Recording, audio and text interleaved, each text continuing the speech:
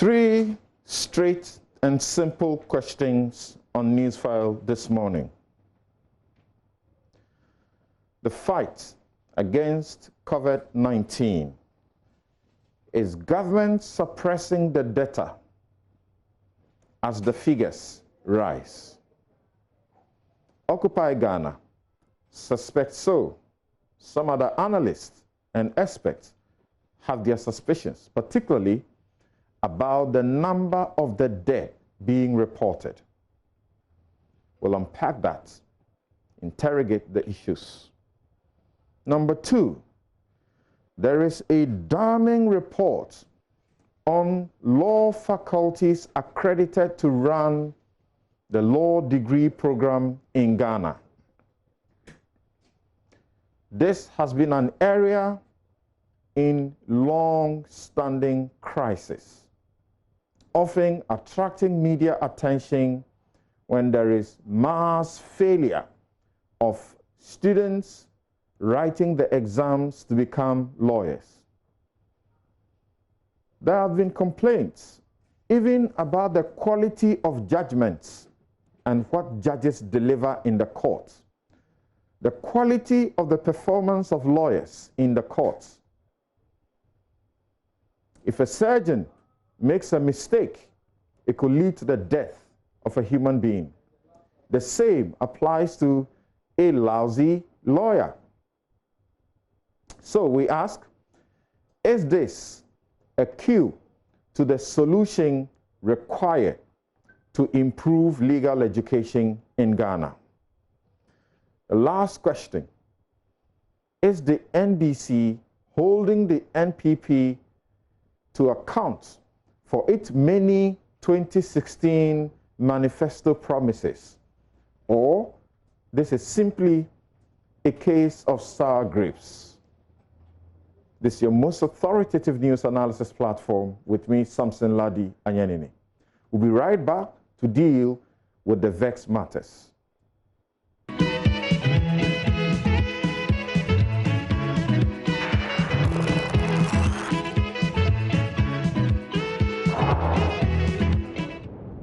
You're welcome back. This is NewsFile. It's your most authoritative news analysis platform. And as you know, here on NewsFile, we put Ghana first. Here's my take, Samson's take, titled, Wear a Mask Here or Do It in Jail. Where do you prefer to do it?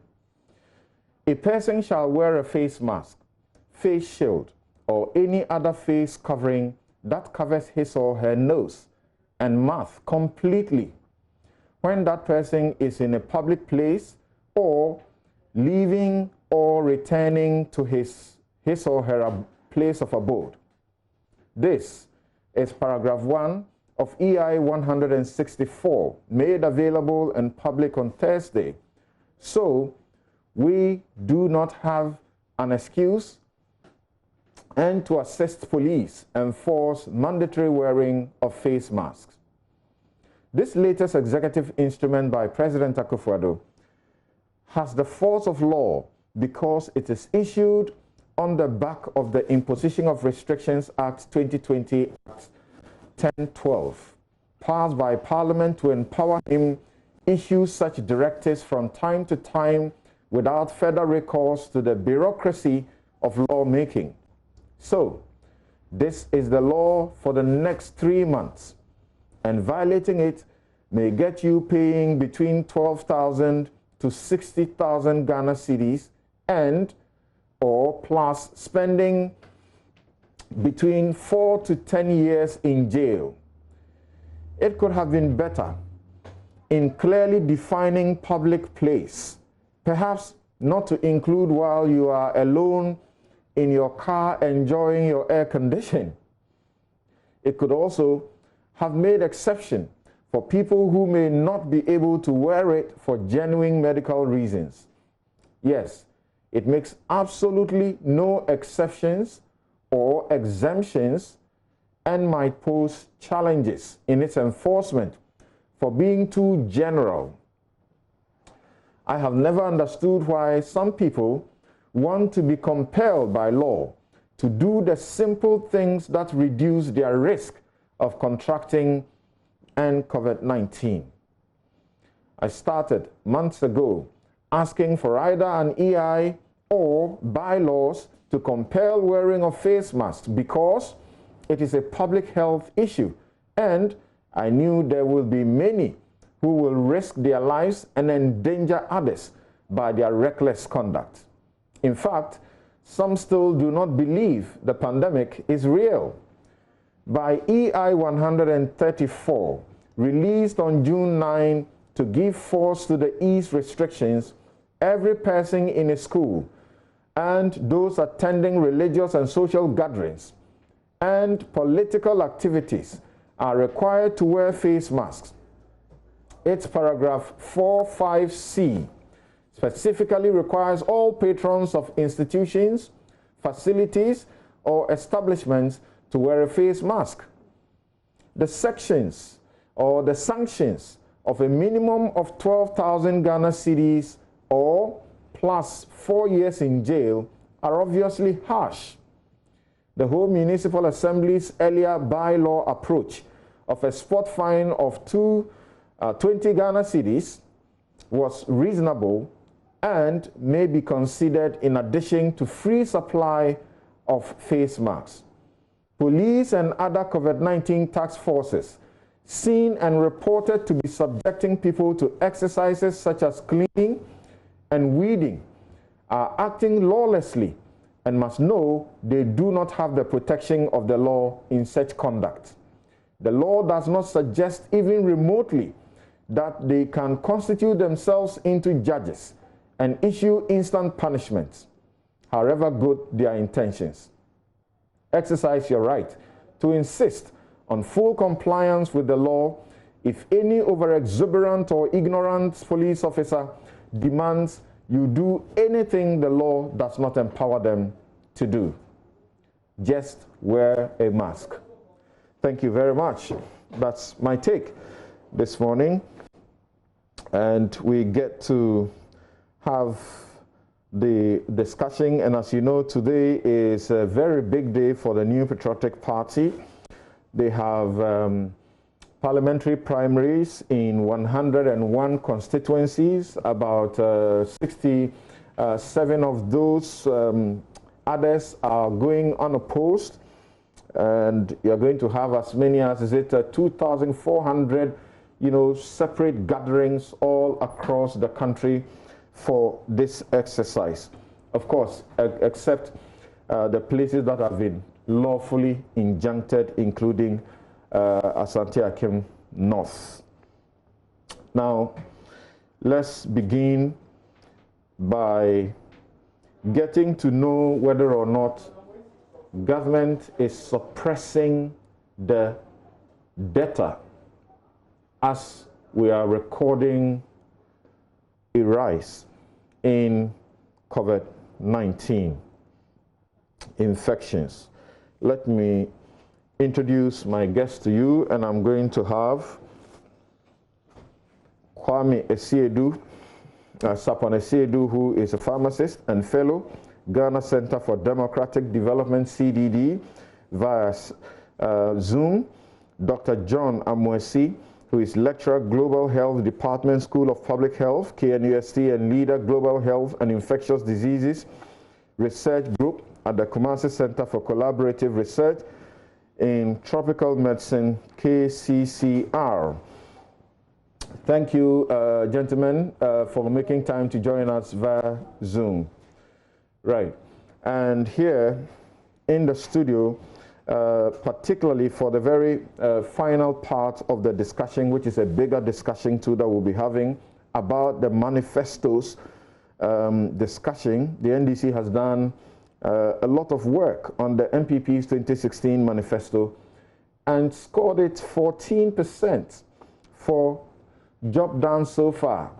Not what Imani scored it, and not what President Akufo-Addo scored himself sometime in the course of the year. Imani says that NDC is very stingy for scoring the MPP that low. In the studio is Samuel Nete George, MP Ningo Pram Pram constituency. Good morning and thank you for joining us. Good morning, Samson, and good morning to our viewers. Great. All right, so we will be dealing with the legal education matters which have also dominated discussions in this country for a while, but it does look like we are getting closer to a solution to that.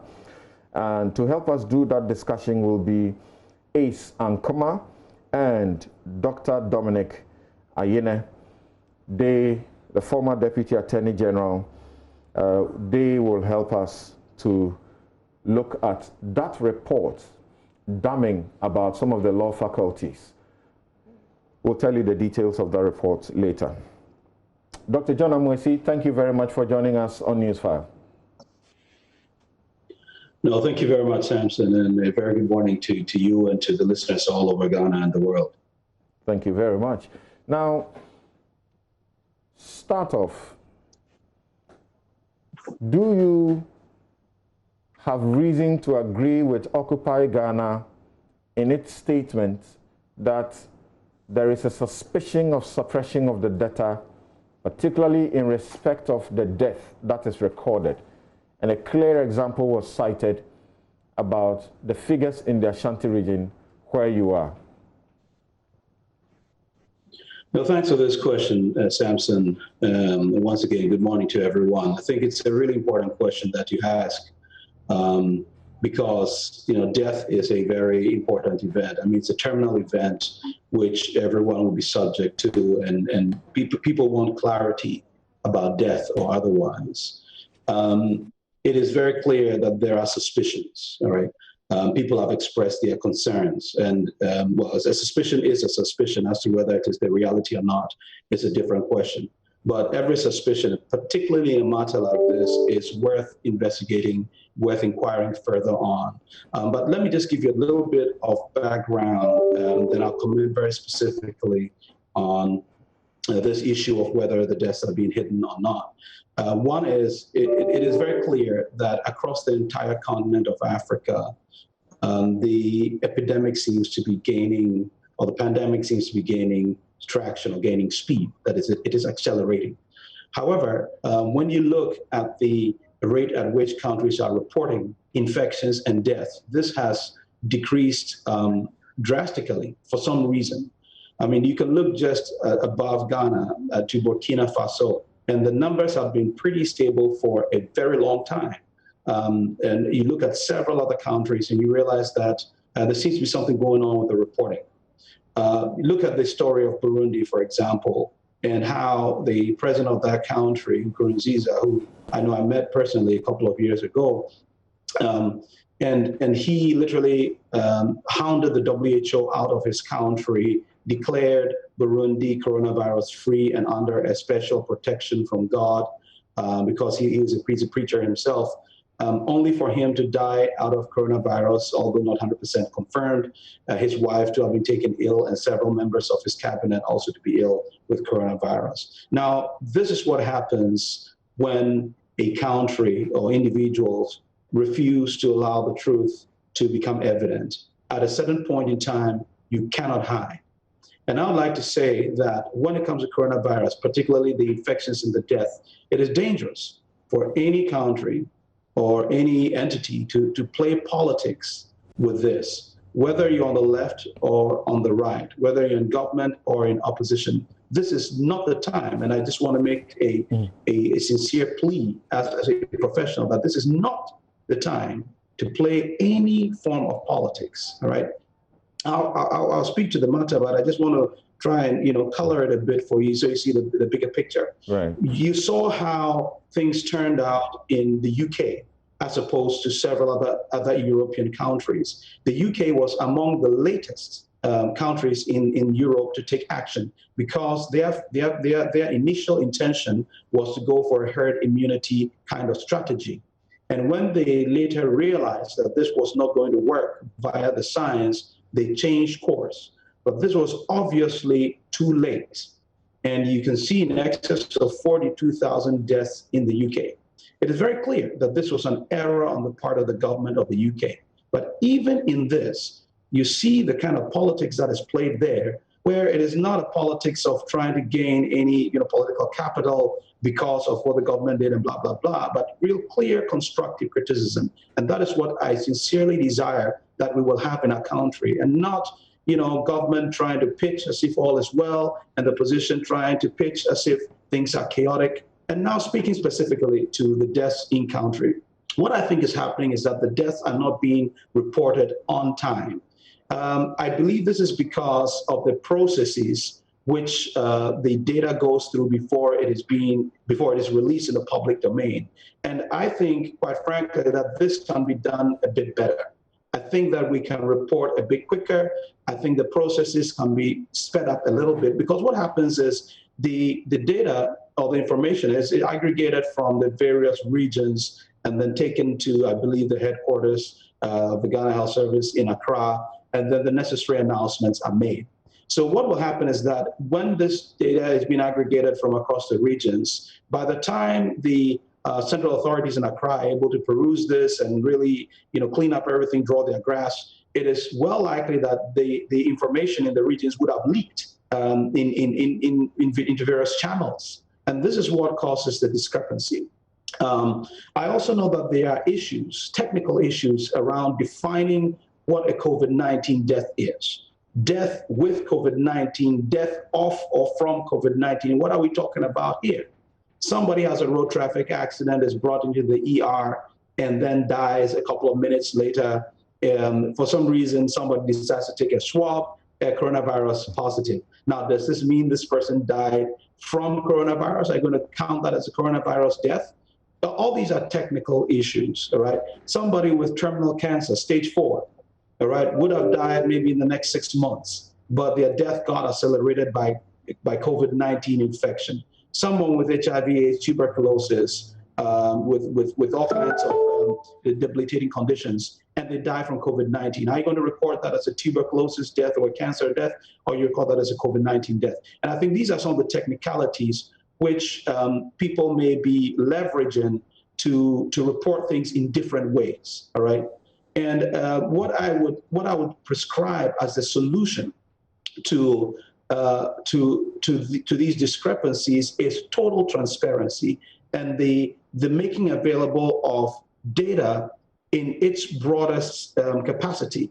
Because after all, you will de-identify the individuals. You will not have the names of the individuals. So how difficult is it? The issue of delay that you raise, does that explain why, even though at the time Occupy Ghana was raising the suspicion, you had 38 deaths that had been reported from the Ashanti region alone, and less than 20 of those deaths were included in the national count?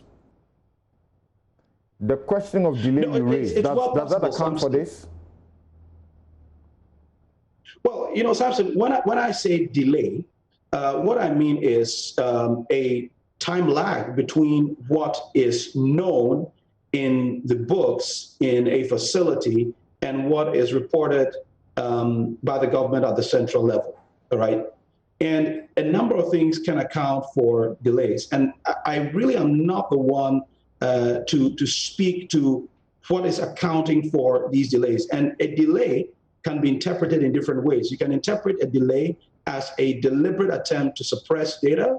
You can define it as a technical issue trying to really confirm death. You can do many things with it. What I can say on authority, without any shadow of doubt, is that there is a delay. Now, whether this delay is deliberate, whether it is a technical issue, I cannot speak to. But what I can also say is that this delay is not necessary, and this delay can easily be gotten rid of by people trying their best to provide the information as quickly as possible, and also being as transparent as possible. So there's no point in saying that X died of cancer, and so you're not going to count it as a COVID death when the person may have had COVID. You're better off saying the person had cancer, was terminal cancer, and blah, blah, blah, with all the descriptions, and also had COVID, and then leave it to the experts or whoever to be able to see that full swath of data and then make their conclusions out of it. But when you do not do this, and later it turns out that, oh, this person also had COVID, and you say, oh, the person also had cancer, and that is why we did not report it, then you raise the suspicions. And the moment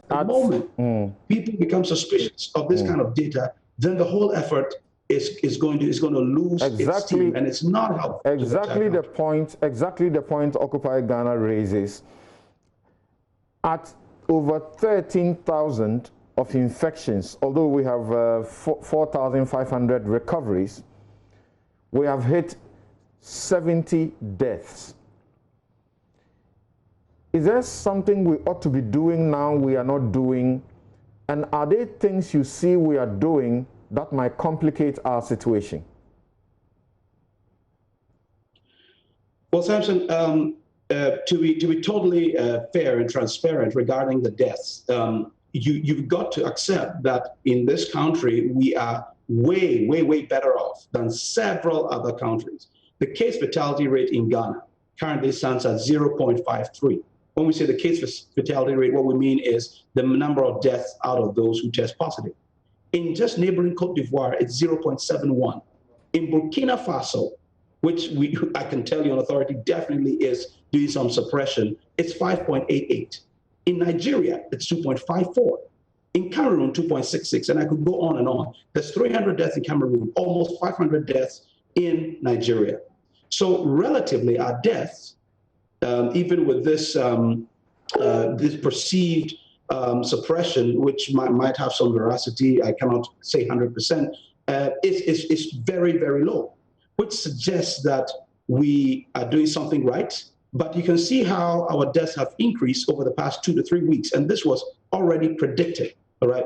Because when you are unable to keep up with the virus, unable to keep up with your testing and quick identification of contacts because of the increased number of cases, you will naturally have people slipping down the cracks and having more severe disease. And you can see the reports on that we have 4 people on ventilators already. Hitherto, we would have 1 person or 0 persons on ventilators.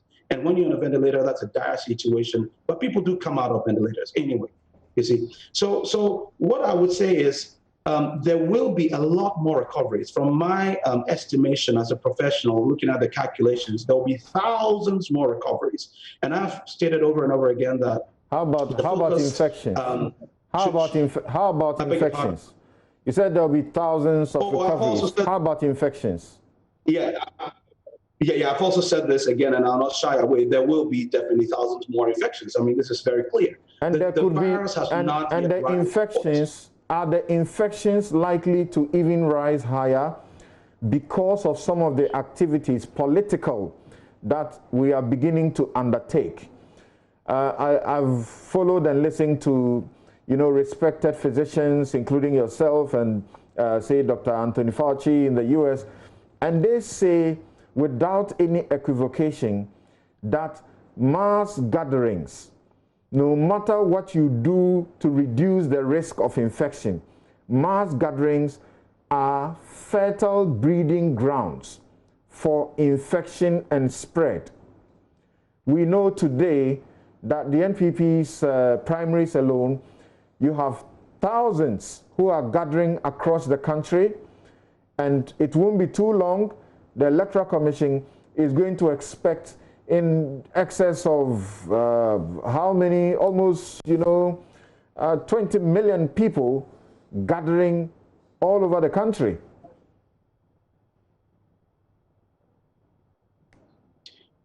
No, thanks for that, Samson. I think it's a great question. Let me just break it down a bit.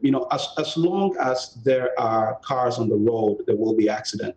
As long as there are airplanes in the skies, there will be crashes. It's the rate of these that you cannot tell. But obviously, the more the cars on the road, the more the crashes you will get, and so on and so forth. So for anybody to suggest that an increase in mass gatherings will not have any impact at all on the rate of infections would definitely be a lie, if I can put it that way. So it is clear that as we increase social gatherings, be they weddings, funerals, political activities like the primaries, and any other activities, including going back to school, there will be a rise in infections. This is clear. Now, the question, which I've always said really is what is your ability to detect these early enough? And the second thing is, what is your ability to prevent those who get infected from progressing to severe disease and then to death?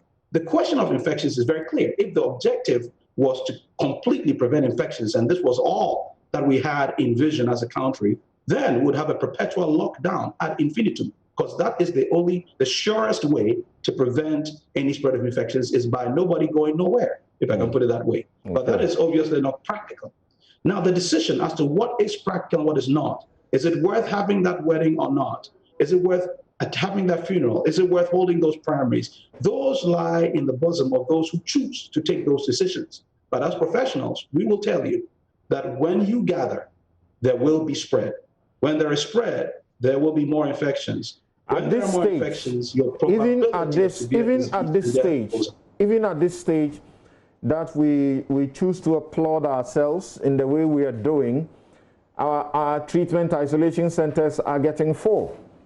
Now, there is the truth that the people at the helm are a bit hedgy, you know, being upfront with. But some of us know that these places are getting full up. People are being, you know, asked to do self-isolation. People are being asked to be treated in their homes, you know, remain in their homes to be treated, all because we can't find space. So where are we heading? Samson, I don't think anyone has denied that the isolation centers are getting full, or has denied that well, I'll be surprised, I should say, if anyone says that the number of cases has gone down, or that the isolation centers are not getting full, or the treatment centers are not getting full. I think this is obvious to everyone, and it's very clear. And it is only to be expected, all right? And I think it's very important that authorities are very clear with this, also very clear with the expectation. And this is why the information is out there that, you know, when you are ill, these are the numbers to call. When you are ill, report here and there, or stay at home and make the call, and so on and so forth. What I'm most concerned about, Samson, is not necessarily the rise in the numbers of cases, but our ability to stem the numbers of severe disease and death. And I've given examples a couple of times on the show of countries that were not able to necessarily stem the number of infections, but were able to stem the numbers of death. A case in point is Germany. Germany had just about as many infections as France, and even more than the UK. The last time I checked, it's been a while. But the number of deaths was remarkably lower.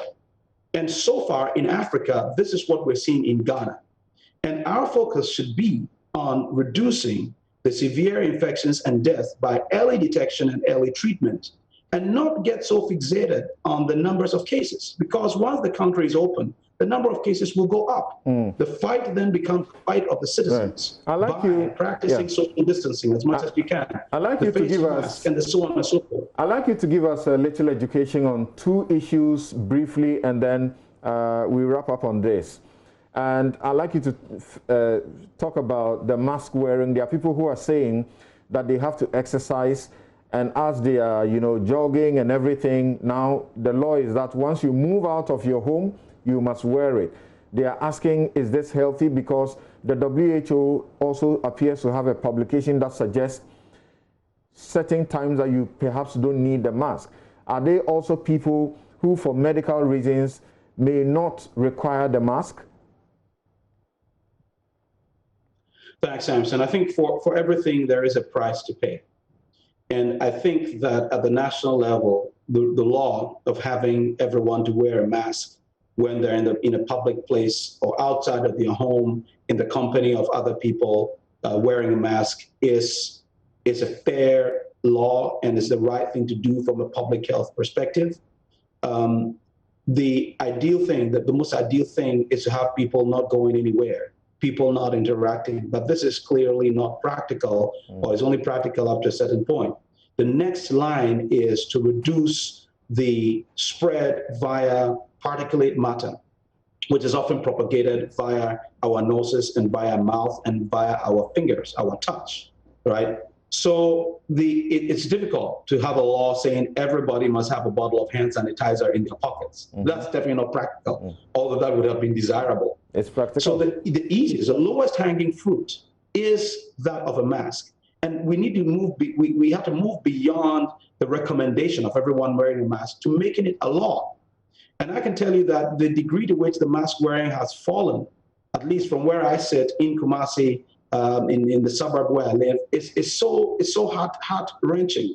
And right. it is disturbing to see, especially the young people walking around in masses with no masks. Right. And it is only when it becomes a law, prosecutable, that this will work. So I am 101% behind this law that masks should be worn. All right. I don't think there should be any exemptions. And if people need exemptions, they will need to apply for these via laid down processes and procedures. And I think there is always a price to pay. And I think the price to pay will not be too heavy for the mask wearing. And I think there shouldn't be. Now, the next education I need to receive from you is what we are learning about asymptomatic people.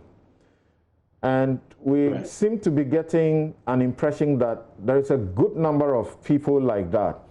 Now, I have come, face to face with people who have been tested positive, but who, until the point they were tested, had no cause, to feel that there was anything wrong with them. Very happy, going about their work, energetic, everything else. Then, because of a contact trace or something, they get tested and they are positive. And even after they are tested, there is no sign of any, being ill. What is the danger in that situation where asymptomatic people, you have them in good numbers?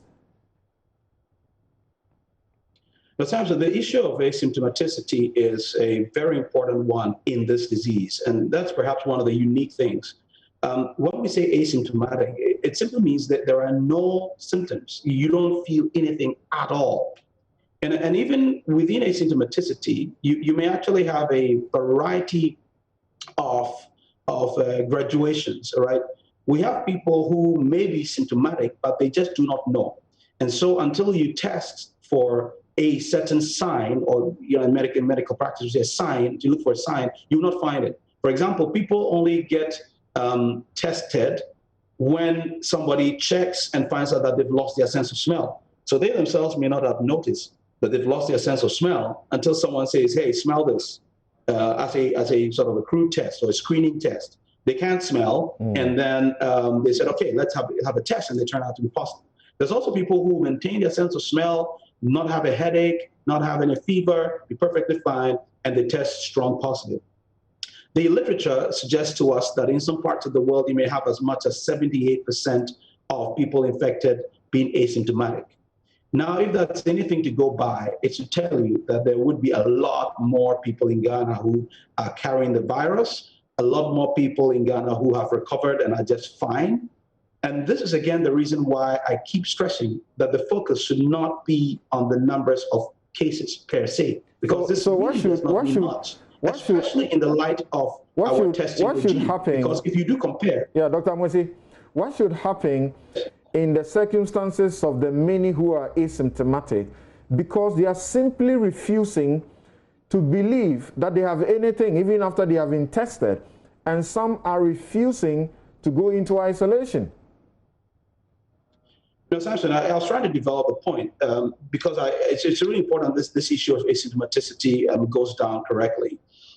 But since you're really interested in those who are asymptomatic and what that means for them, it is a challenge, because how do you tell someone that, look, you've got a problem here, when the only thing that says they have a problem is a piece of paper which has a plus on it, or a couple of curves that tell them that you've got some virus inside of you, and yet they're feeling just fine. Again, this is exactly the issue that we faced during the HIV/AIDS pandemic, where people would go for mandatory testing, either because they're going to get married or for some other event, and they realize that they're HIV positive, and yet would be denying it because they would be having no signs and no symptoms. So asymptomaticity has been something that we've had difficulty dealing with over the ages in medical practice or in public health. Nonetheless, what this means is that people involved in risk communication, our communicators, and people like you, the journalists and others, need to be able to develop messages which address this unique category of people, which incidentally happen to be in the greater majority. So it's very interesting, and this is again the flaw of biomedical science, where our focus, and this is what we call the paradox, where the focus is on people who are ill, people who are sick, whereas in actual fact the focus should be on people who are highly at risk or people who might be asymptomatic. So the greater majority of people who have the virus will be people who are asymptomatic. So perhaps the focus should be on the profile of people who may be asymptomatic, pushing that message about asymptomaticity out there for people to be aware that, look, you could have this virus, but you could have no signs and symptoms. And I think the hook in there would be to tell them that, well, you've got a husband, you've got a wife, you've got children, you've got a boyfriend, a girlfriend, a grandmother, a grandfather, you've got people you love. If you really care about them, this is not about you and how you're feeling, it's about them. You could pass it on to them, but they may not be as fortunate as you are to be asymptomatic. They could catch this virus, have severe disease, and might even die. And if this message is put out there, I think it could take, and I tell you that many people don't even know of this idea of being asymptomatic. You can take a quick survey on the streets and ask people if they've heard of anything called asymptomatic. It's a big word in itself, and you'd be surprised. Dr. John don't even know that this is possible. Dr. John Amwesi, we owe you a great debt of gratitude for the sacrifices you make to sit up, wake up early, and to help educate all of us in the country and beyond, the millions that are reached through this platform. Thank you so very much once again, Doc. It's my great pleasure, Samson. Thank you. Thank you. And you see, the last bit of what he said is part of my fear, that yes, it may be fine, you know, you may be fine and you are tested to have it.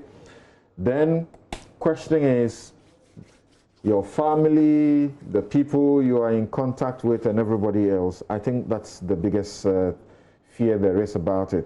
However, in the midst of that, what it means really is that all of us should be on the alert. Let's practice the hygienic and the protocols that we are asked to practice. Wash your hands as frequently as you can or you should. Use your sanitizer or alcohol rub as often as you can or you should, and just stay away from crowded places. Also wear your mask. Very important. Wear your mask. Thank you.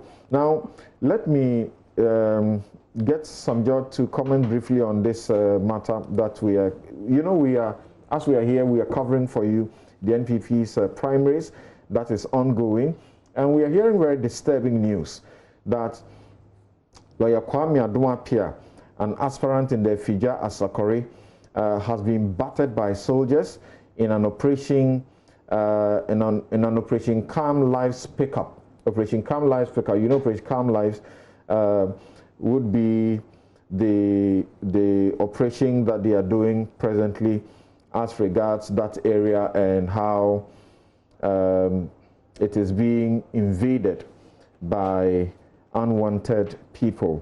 Now, we are also hearing that there's been an incident-free voting in Jabin constituency at the Damang electoral area. Out of 41 registered delegates, 3 are on suspension for invoking curses on party executives.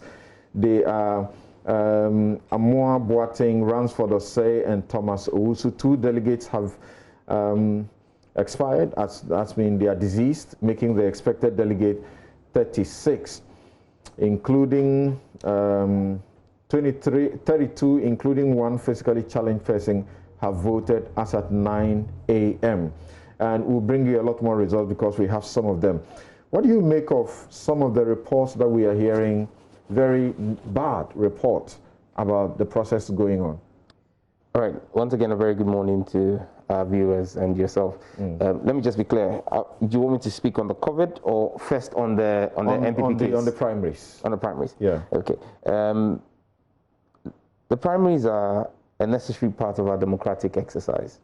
And I want to wish everyone who is contesting today all the best. I went through mine not too long ago, a few months ago, right. And I know exactly how it feels. Ultimately, the people's will must be protected. As with every election, there are competing interests. Our only prayer to the NPP is simple, that the NPP, we know that as is the tradition of the NPP, there will be very little you can do to stop violence. However, we just hope that the violence is minimal. And as we've already begun to see the skirmishes and bloodshed, that this is the Ghanaian life. So he's got blood in his mouth. Yeah. And I was following another network report it, and the reporter said they saw the soldiers pick him up from one point, take him to a certain secluded place. They beat him up, and the reporter followed up. When he got there, he saw the lawyer emerging with blood from his mouth. He asked him what happened. The lawyer's response was, nothing happened. You know, maybe principle of collective responsibility. He's part of the party. He won't want to speak against his party. However, this is untoward in 2020. You shouldn't be seeing this kind of politicking in our country. For me, ultimately, we've heard worrying stories about violence, about armed personnel all over the place. As early as 2 a.m., your station actually reported that in the Sunyani East constituency, but for the intervention of security personnel, the constituency chairman was attacked by some party executives at gunpoint. You're seeing a lot of armed violence, gun violence in the MPP's primaries, which is worrying. Again, another disturbing thing is we're hearing reports of members serving in our security services, BNI officers, army officers, police officers, being delegates in the NPP's primaries and voting. I mean, that is unheard of, but that's the level to which the entire democratic process has been brought to. Like I said, we just hope that the NPP is minded to make sure that whatever violence and skirmishes, they reduce the bloodshed and the loss of public or damage to public property. We wish them well, even though we know what to expect from the NPP. Now, relating this to COVID, do you find from the reports you are hearing how practically impossible it is to keep social distancing and all of these things whilst you are going through the process of voting? I mean, something, and let me say a very big thank you to all the men and women, our unsung heroes. They don't wear capes, but they wake up every morning and go out into the front lines, unseen front lines. You know, the military knows where the front line is in the battle. Our health professionals do not know where the front line is. They do not know who is COVID positive or not when they go into their various operating theaters. We salute them and we celebrate them, and we ask God to continue to protect them.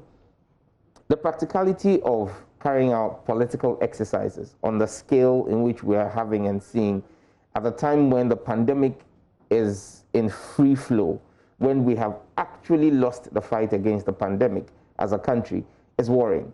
I mean, if we're going to have a true reflection of the numbers, I'm expecting that over the next 14 days, we should begin to see some spikes across the country, giving the kinds of protocols that are not being adhered to in many of these centers. I mean, from the footage that has been shown on your network and other networks, I have not seen any one center where social distancing and the COVID protocols are being practiced. Not one, not even one, where you will say that social distancing is being practiced. Everybody who comes to vote is washing their hand and sanitizing their hand, and after going through the voting process is washing. None, absolutely none. And this is supposed to be very unfortunate. And like Dr. Amosi confirmed, you would see gatherings.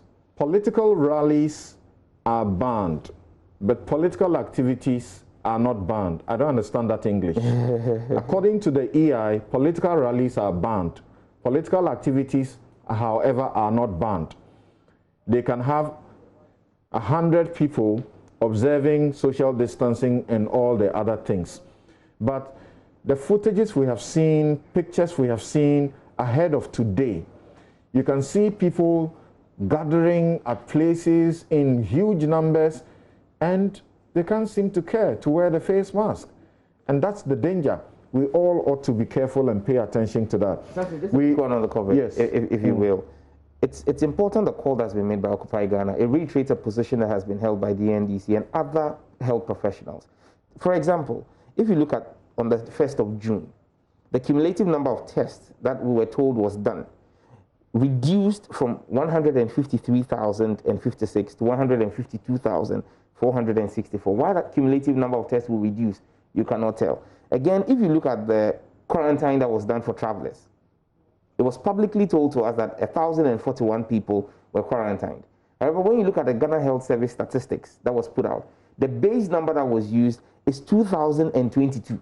So what that does is, when you look at the average, when you look at what is supposed to be the positivity rate, because they've increased the base, it dilutes the numbers. These are really worrying trends. And on the issue of regional reporting and national reporting, let's bear in mind that the regional health directorates, before they put out these figures, go to do their own due diligence from all the hospitals where these deaths occur and report to national. Should it take us 2 to 3 weeks for our national team to audit these deaths? Again, I mean, how long does it take to do a postmortem? Okay. So if deaths, which can be certified by finding out from the families who is diseased, we are seeing a certain manipulation of the numbers, then ask yourself, what's happening to the other indicators? It's suspected like manipulation of the numbers. That's what you should be saying, because as we speak, we don't have empirical facts to back. Ashanti really gives us some evidence from the regional health director. So we take a break here, but when we return, I'll have Ace Ankoma and Dominic Ayine to look at the questions of the report produced by the National Accreditation Board and the General Legal Council, the body responsible for legal education and for the professional conduct of lawyers in the country. You will be shocked what you hear in that report. We'll be right back.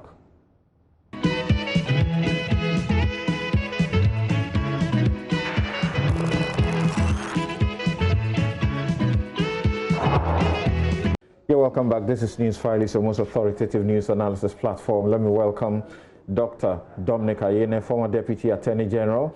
Also, Ace Ankoma is on the line on Zoom. Thank you, gentlemen, for making time to join us. Thank you very much, Samson, for having us. Good to see you, Ace. Thanks, Samson. Great. Hi, Dominic. All right. Yeah. Right. So let's start this way. The question of legal education in Ghana and how it's perhaps is getting worse by judging from the quality of lawyers and also quality of judgments. And Dominic Ayine has been a chief advocate on the quality of judgment for a period now. Even the president himself has also had to complain about the quality of judgment from the court. The only time we get to shout and cry is when students who have done their LLB are sitting exams to qualify for the Ghana School of Law, and there is a mass failure. Now, this report, what do you make of it? Can we say that the problem is actually not from the teachers at the Ghana School of Law failing the students, but from the place where they are churned out in the first place? Let's begin with Ace. Well, I don't think that the response will be that respectfully that simplistic. Mm-hmm. What this report shows, and what this report shows is that our legal training, our legal education is not fit for purpose. It's not fit for purpose.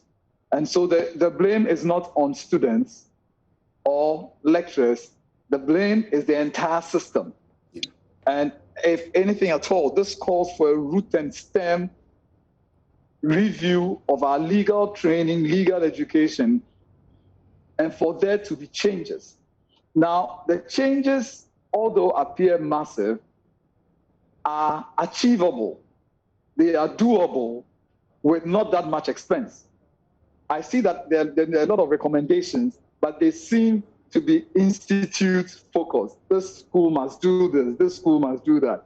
My view is that it goes beyond that, that we need some root, branch, and stem reformation or reform of our legal education and legal training system. And that will be something that maybe we'll get into going ahead. But my preliminary comment is that this tells us that our legal education system is not fit for purpose. But let me add, and that's a very serious statement. A lot of the things that are being spotted, yes, a lot of the issues that are being raised, I have encountered them in different levels at different stages of legal education since I started teaching fully, let's say, from 1996.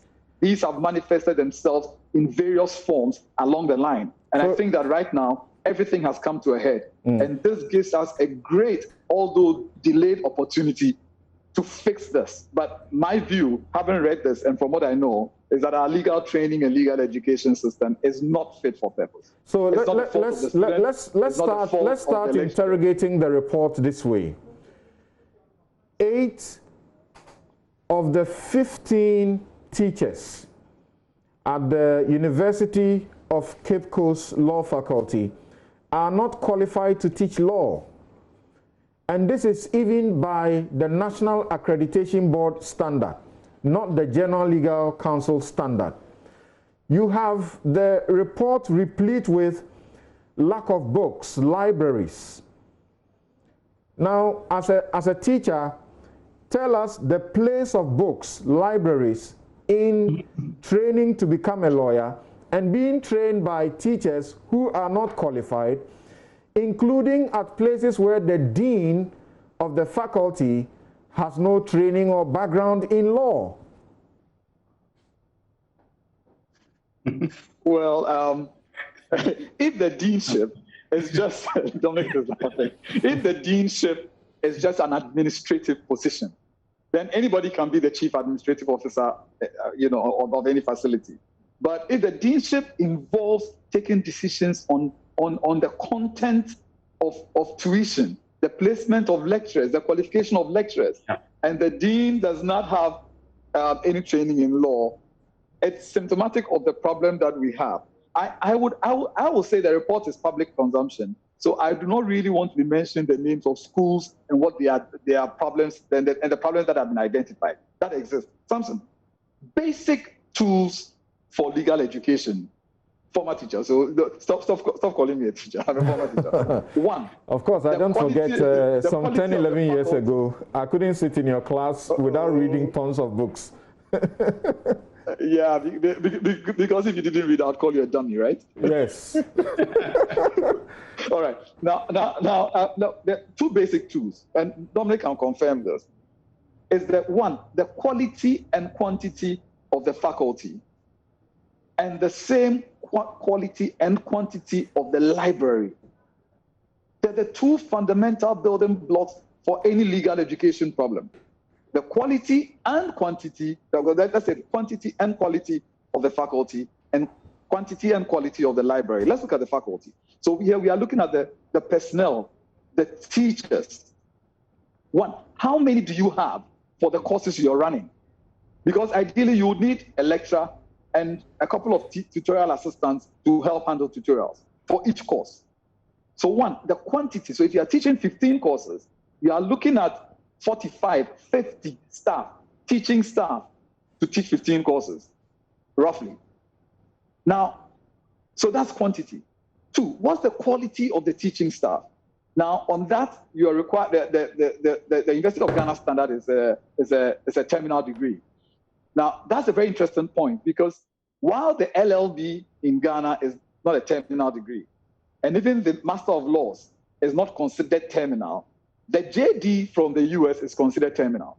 And so in the US, once you have a first degree and you do the Juris Doctor, the JD, which is really our law, but let's say a post-grad law, it is considered terminal. And so people like Obama taught, in unis without ever doing a Master of Laws. In fact, Dominic will tell you that the Americans themselves hardly ever do the Master of Laws because their JD is considered terminal. So what do we mean by a terminal degree? If somebody comes in from America with a JD, is that considered terminal or we don't consider it terminal? There are definitional issues to look at, but the issue is the quality of the people who are teaching. And as this report shows, there are many people who are teaching even without the master's qualification, which is not even considered terminal.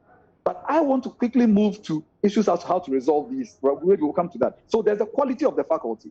Is the faculty researching?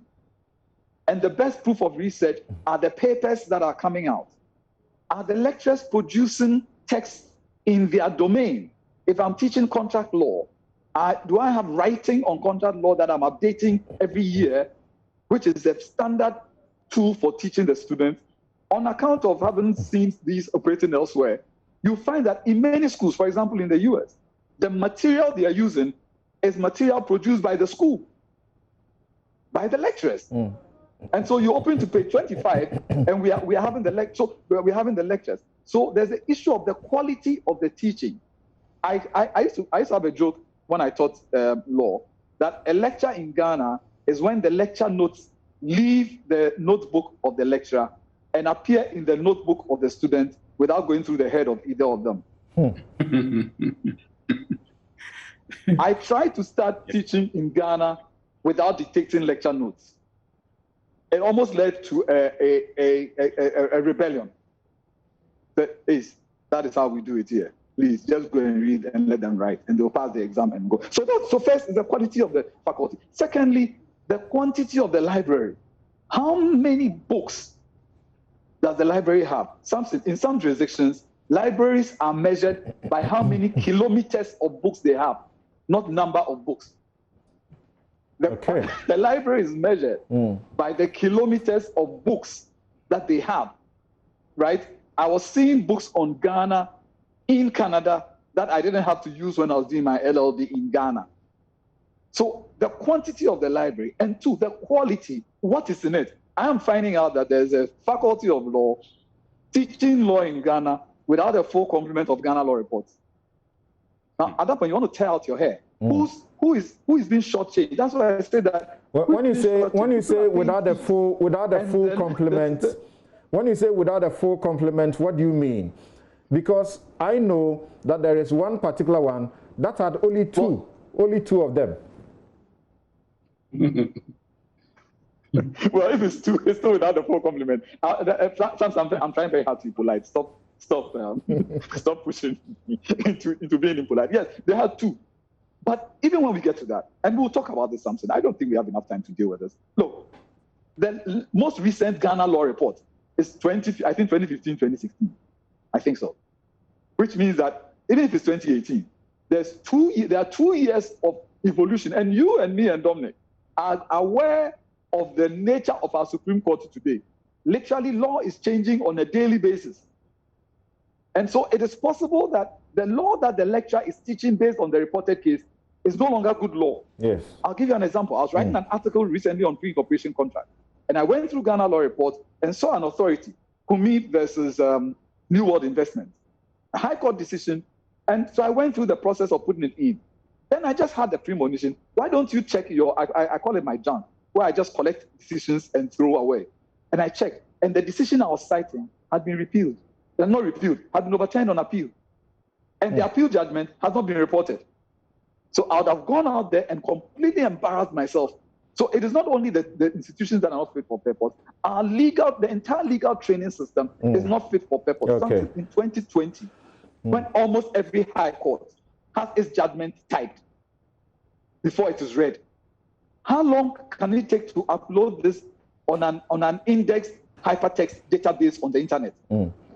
You tell me. Okay. We've come so far that the judgments actually appear in soft copy. Right. So it's a 3-second transfer uploading onto a website, and every lawyer in Ghana has it. So we'll come to deal with this. Right. So hold on there for me. And I'll come to pick Dominic's minds on some of the issues that are coming up, including complete lack of tutorials. How do you train a lawyer without tutorials? Let's go to the Ashanti region now and get some quick update on the primaries there. Ohiming Tavia joins us. Hello, Ohimi. Hello, Samson. Yes. So what's happening in Fijasi? Yes, thank you for the opportunity. A while ago, we were called to a scene here at the Efficacy MPP office at polling station, and we're told that an agent of one of the aspiring candidates, the lawyer Sami Adam Apia, tried to prevent a delegate from casting his ballot. So this resulted in a free-for-all fight between him and then the delegate who came to cast his ballot, and it attracted the attention of the police and military team here, who came to the rescue and picked this particular agent up. We are told he is Achiano. That is his only name that we picked from the electoral officers here. Let's get some information from the presiding officer, Kwesi Nkansa Boatin, who witnessed the situation here. Thanks for the opportunity, Mr. Nkansa. So can you explain to us what exactly happened here? One of the voters came to cast his vote. Then the name is in the register, all right. He's coordinator for one of the electoral areas. And then the agent said he will not allow him to cast his vote. Meanwhile, while we will go through this process, he was about to put the ballot into the ballot box. And we tried to prevent him from casting the vote. That's brought the incidents of routes and other things. So did they exchange blows or what? Yeah, it nearly resulted into a exchange of blows, but by the time intervention of the prison officers, and then there was a military police pass, and then they came to calm the situation. They took the agent away. How did this affect the voting process here at the MPP office? Oh, for now, since we started, there has not been any incident apart from just what happened just around 9:20 thereabouts. Nothing has happened. Okay, so something the agent for one of the aspirants, Sami Adomapia, is currently in police custody. I must say it drew a large crowd to this particular polling station. A lot of people gathered here to catch a glimpse, and even at the police station where I checked, lots of the crowd had gathered there to also witness it. And Kwame is contesting who? Yes, in the Efficacy constituency, Sami Adam Apia is coming up against the incumbent, Dr. Nana Ayu Afriye, the MP for Efficacy. Right. Okay, thank you very much, Ohiming Tewia, for that update. And we understand that this particular agent of the aspirant has been arrested. And you may have heard earlier also, we told you about the situation where the lawyer had been beaten with blood from his mouth. And we are hearing of spots of these sort of fights completely throwing away the ability to observe social distancing and to protect themselves from catching COVID-19. So let's return to the issue of legal education and what's been found from this joint assessment by the National Accreditation Board and the General Legal Council, and published under the authority and hand of the Chief Justice, who also chairs the General Legal Council. Now, Dominic, and I introduced you from a certain perspective because there are many lawyers, there are many judges who have been excited about this crusade you began some years ago, and I remember how loudly you echoed it at the conference in KNUST in front of Georgina Wood, Chief Justice at the time, when Anas Arameyaw Anas had exposed the rot in the system. So, first, what do you make of the report? Thank you very much, Samson. I think His Lordship the Chief Justice must be commended highly for this initiative, of undertaking the inspection and monitoring of law schools generally, and then also, and more importantly, for publishing the report. Something I must say that this is not the first time that this kind of inspection has been done. Of course, not with the General Legal Council itself taking part. But I do remember my own professor, Professor Kumado, led a team, I think in the early 90s, to the KNUST when that school, the university wanted to establish a law faculty. And he came back and wrote a very scathing report about the state of affairs as far as the KNUST was concerned and their preparedness for establishing a law faculty. I think people didn't take it kindly and thought that at the time he wanted to entrench the monopoly of the University of Ghana, Faculty of Law, being himself a lecturer at that faculty. But I think what Professor Kumado did probably set the standard for what we are seeing today, which the Chief Justice, has, picked up, so well. So I want to commend His Lordship, the Chief Justice, for this initiative. I have had personal conversations with him, and I think he has a very progressive attitude towards legal reform. And as Ace has rightly pointed out, as himself an experienced lawyer and a teacher, there is the need for a holistic approach to the reform. Any piecemeal approach will not work. If we are looking at a piecemeal approach that says that a law faculty A doesn't have what it takes to train, right, and law faculty B has what it takes to train, we will probably end up, having this conversation maybe a decade down the line. We need to have a very holistic approach to the issue of legal education reform. Samson, if you ask me, any system of legal education must deliver three things, okay? Or if you want, it must have inherent in it three things. First, it must be able to deliver on theories of law.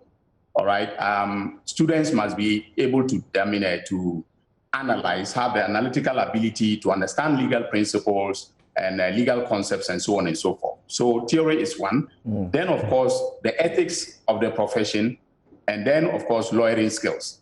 All right. Now, I'm not saying this in any order of importance, but the faculties, by nature, are the ones that give students the grounding to be able to build upon, their skills and knowledge about the law. So anytime, that's the basis where anytime we got to the law school, from the LLB to the law school to study the professional course, the lecturers will always quote BJ Darocha, and say that your knowledge of the substantive law is irrebuttably presumed. Irrebuttably presumed. Presumed, yes. But in the current circumstance, you can't say so.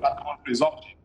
Right. So that irrebuttable presumption is based upon the knowledge that you have been, fully tutored. You have been properly tutored in the legal, precepts, the principles of law, and so on and so forth at the faculty level. Right. So, for instance, if you are doing conveyancing, it is presumed that you have the knowledge of land law. All right. So basic concepts of land law should not be the starting point of the professional legal education. They have to now build upon that in teaching you conveyancing, which entails how you draft, and operationalize, land documents, and ensure that they properly conform to the legal principles of land law. So the point is that if you have a system that cannot deliver on all three, right, that is the theory, the ethics, and then the lawyering skills, then you are in serious trouble, because the products that you put onto the market, all right, the market for legal services, will not be fit, for purpose, as Ace has rightly put it. You're right. All right. So we must carefully think about a holistic approach to the reform of legal education if we want it done in a manner that will conduce to public good, as far as lawyering is concerned. So what do we say about the National Accreditation Board itself? Because from this report, we find, for example, that the Central University, its Kumasi campus, was being operated without accreditation. We have students at the King's University College themselves discovering that there was some poor quality and complaining about it.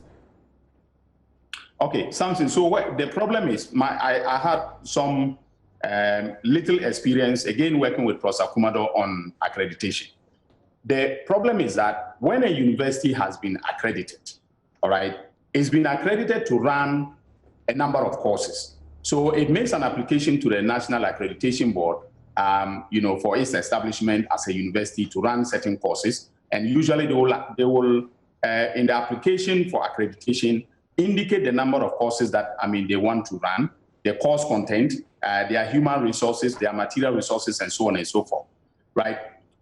But the fact that you have been accredited as a university does not necessarily mean that you can run every conceivable course on the planet.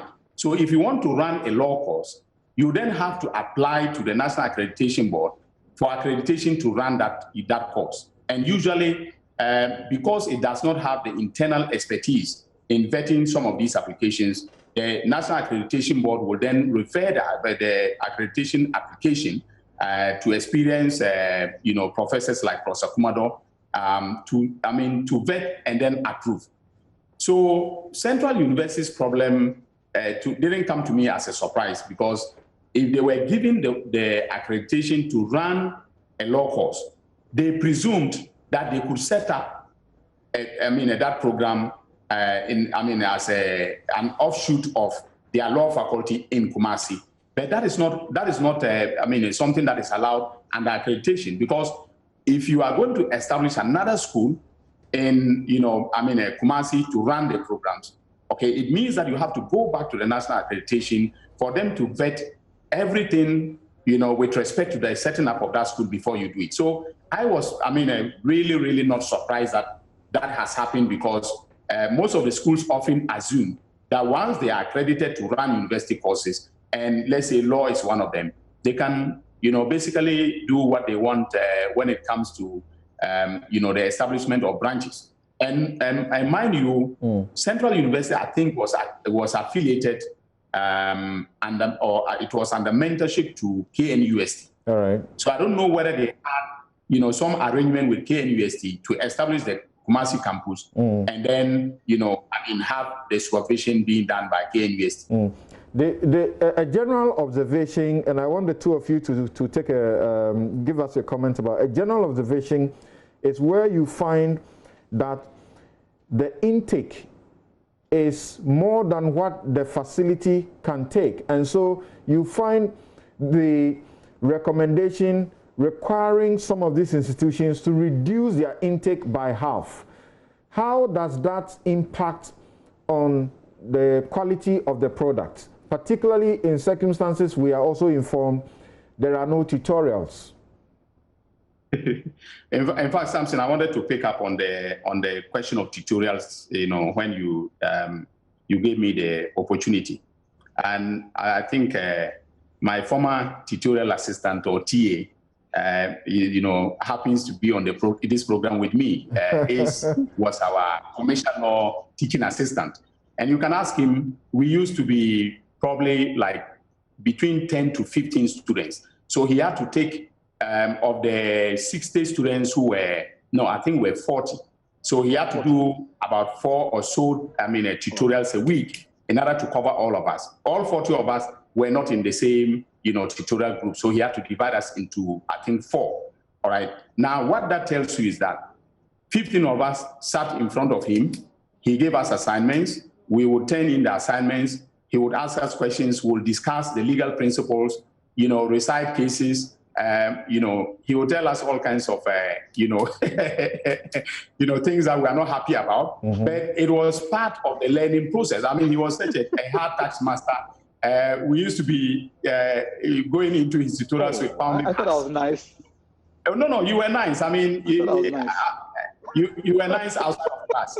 No. But something, the point is that this was a training ground, not only for understanding the theoretical underpinnings of law, but also for training in advocacy. somehow you would not, appreciate it, but you have, a lawyer, at that time, Ace was a young lawyer, but he would, I think at the time he was left alone, and I don't know why, but most of the TAs would come into the tutorials with their lecturers. All right, so Professor Kumado will be doing, constitutional law tutorials with his teaching assistant. Now, you are sitting in front of a very senior lawyer and articulating legal principles, trying to convince him that you understand the principles, you understand the case law, you can apply the case law to a fact pattern, whether hypothetical or not, that is in front of you. That is a training in advocacy that you don't get, without tutorials. Okay, because when you have a large class and the lecturer basically is teaching, and then you can ask questions from time to time, it doesn't give you that opportunity. So for me, I was really, really, really shocked, okay, that you would have a law faculty teaching, students without having tutorials. That, I think, is, unpardonable. Yes, even in instances where the teachers are overburdened, doing credit hours more than they can take. So, Ace, what's your take on that, and how that the implications of that on quality? Well, the training, Dominic is right, and actually I remember a young Dominic Ayine, very naughty in tutorials. I was young too, and even when you could tell he was winging it, he winged it very confidently.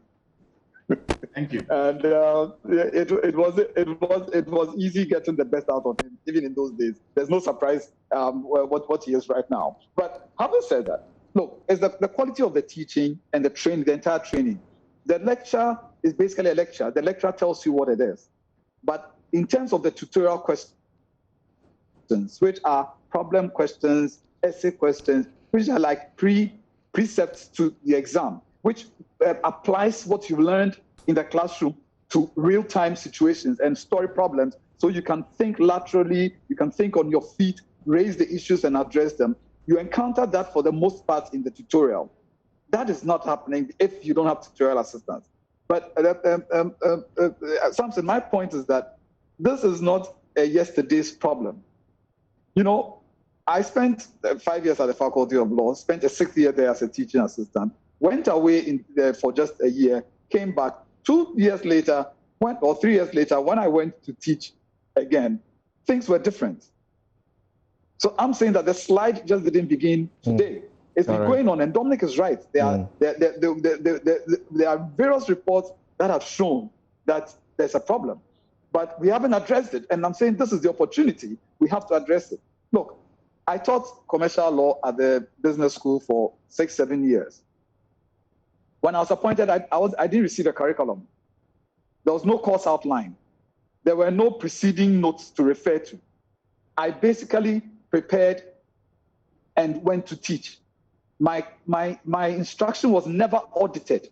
My teaching was not monitored. They just set the exam, let them write it, send it to us. And I made so much noise that when they decided that they had enough of me, they didn't even tell me.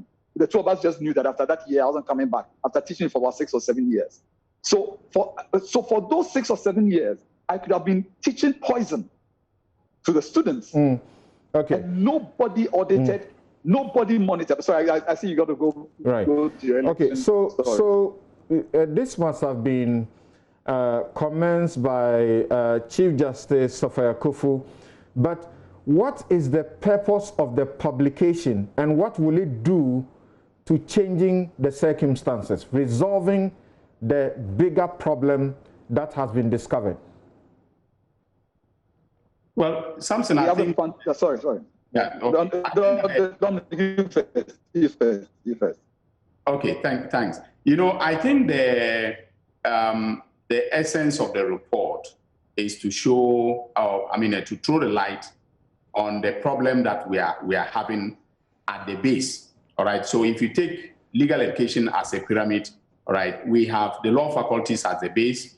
We have, professional legal education at the second tier, and of course training in chambers, and that is why we have pupillage, as a mandatory requirement let's say a third tier. All right. the report is important in highlighting the problems that we have at the base. And if you have problems at the base and the quality of the training at the base is poor, then you can be sure that coming up, whether at the professional level or when people are admitted to pupillage, right, the quality will invariably, be also poor. But that is not to say that you won't get some, excellent, lawyers filtering through, and those are the ones that my brother Ace and Co will pick at Base Angel, and then leave the rest, for the market. The market for legal services. The point is that this report tells us that accreditation is crucial. All right, it's crucial to the process of reforming legal education. And I think that the joint monitoring with the GLC is very, very important because for many years, the GLC was not interested in this. If the GLC had been interested, like the current CJA has, shown, then I'm sure that the problem that we are having, where the issues we are discussing now, would probably have been discussed earlier, highlighted, and resolved. Okay, but better late than never. And I think that is a good thing that we are having this conversation about the reform of legal education. Let's hear Ace's take on this, and we should be wrapping up onto what this should mean to resolving the bigger problem and challenges facing legal education. Yes, Ace. Okay, that was what I was going to speak to, so I'll just speak briefly. What I like about this is the recommendations. And actually, if you look at it, the recommendations were time-bound. So by now, the various faculties must have responded to the queries the General Legal Council and National Accreditation Board raised. So the question is whether they've received those and whether they answer these questions and the extent to which they go. But I have I think we should pay a lot of attention on the recommendations contained in it. But I have various, the ideas to put out, not just for the substantive law tuition, the faculty tuition, but dovetailing into the problem we have with the bottleneck that we call professional legal training, where we have 3,000 people waiting with law degrees who cannot practice law because law is the only degree which if you try to practice without a professional qualification, you end up in jail. It's an offense to practice law without a professional qualification and being called to the bar. And so we need to have a holistic review of all of this. We created the problem when we expanded to the 10 faculties without fully expanding the law school to take the numbers we're creating. And what we underestimated was the interest that was burgeoning at the time in the study of law. And it's social. They said that the law program is a cash cow for a lot of the schools. Check the universities. The law degree is giving them a lot of money. They were emphatic about that. They were emphatic about that for the Gimpa Law faculty, that the faculty was the cash cow of the school, and that was a reality that the school needed to resolve. And it cuts across that there is money in introducing the law program, and so for most of the faculties, they are just interested in getting the money, organizing evening classes that don't give you sufficient time to learn the law and to be able to pass the exams to enter into the law school. Yeah, but so how do we leverage this? There's an interest. People are prepared to pay. And so a lot of the problems that are resolvable by money, like building the library, like training the lecturers, people have shown that they are prepared to pay the fees to get it. So the question is, what are we using the money for? And that will come into the recommendation section. Because, look, part of the problem we have with the quality that is presented to the law school is that for many people who turn 50, who see retirement at 60 in 10 years, in this day and age where you can't change your date by an affidavit anymore, they begin to look at, what am I going to do when I'm 60? Law then becomes the option. You do 5 years in school. A lot of these people do not have the time to attend Dominic's lectures because they are working. All they have is their annual leave, which they plan to coincide with their exam. So technically, they have 2 months. They photocopy the notes of people who have been in school and basically go to the exam room and wing it.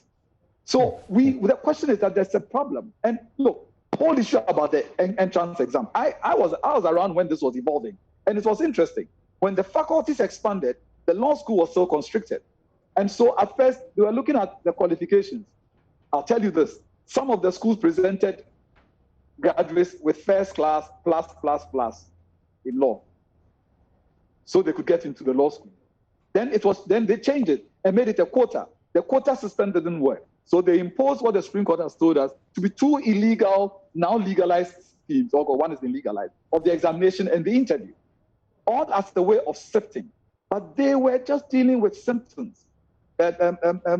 Samson, this report and the publication of it is giving us an opportunity to do a complete review from the faculties through the law school to determine how we want lawyers trained and the kind of quality that we want the lawyers to have. We can talk about this, sweep it under the carpet again, like the way we have treated some of Professor Kumado's report. And not 10 years from now, an older Dominic and I, grayer Dominic and I will be on your program. By which time you probably lost all of your newly acquired hair, Samson. And we will be talking about these issues all over again. Right. But this is a great opportunity to fix it. And so the question is whether we are prepared to lance the boils and fix this. But when we come back, I have a few specific recommendations that I would like to make. Okay, so if you can go ahead with the recommendations. Oh, great. Well, two things about the quality of the tuition.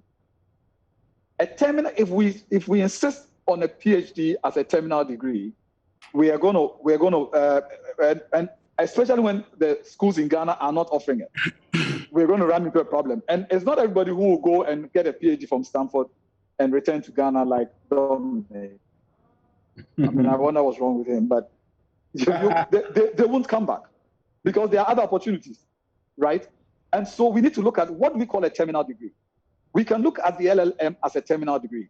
One, a 24-month LLM, that takes into consideration a full year of taught courses and a full year of dissertation, not dissertation, a thesis, not a dissertation, a full year of a thesis on the area that the lecturer, now because they are teaching without it, wants to operate in. So we know that if you are doing contract, it dovetails into business law, it dovetails into commercial law, agency, etc., etc. So we ought to be prepared to provide this, a thesis-based program, but also one that is based on the taught courses, so that we will not accept a simple taught course. So if you know a 9-month taught program, but you need to have written a thesis, because the thesis gives to the teacher writing skills, research skills that he or she probably did not get at the LLB level.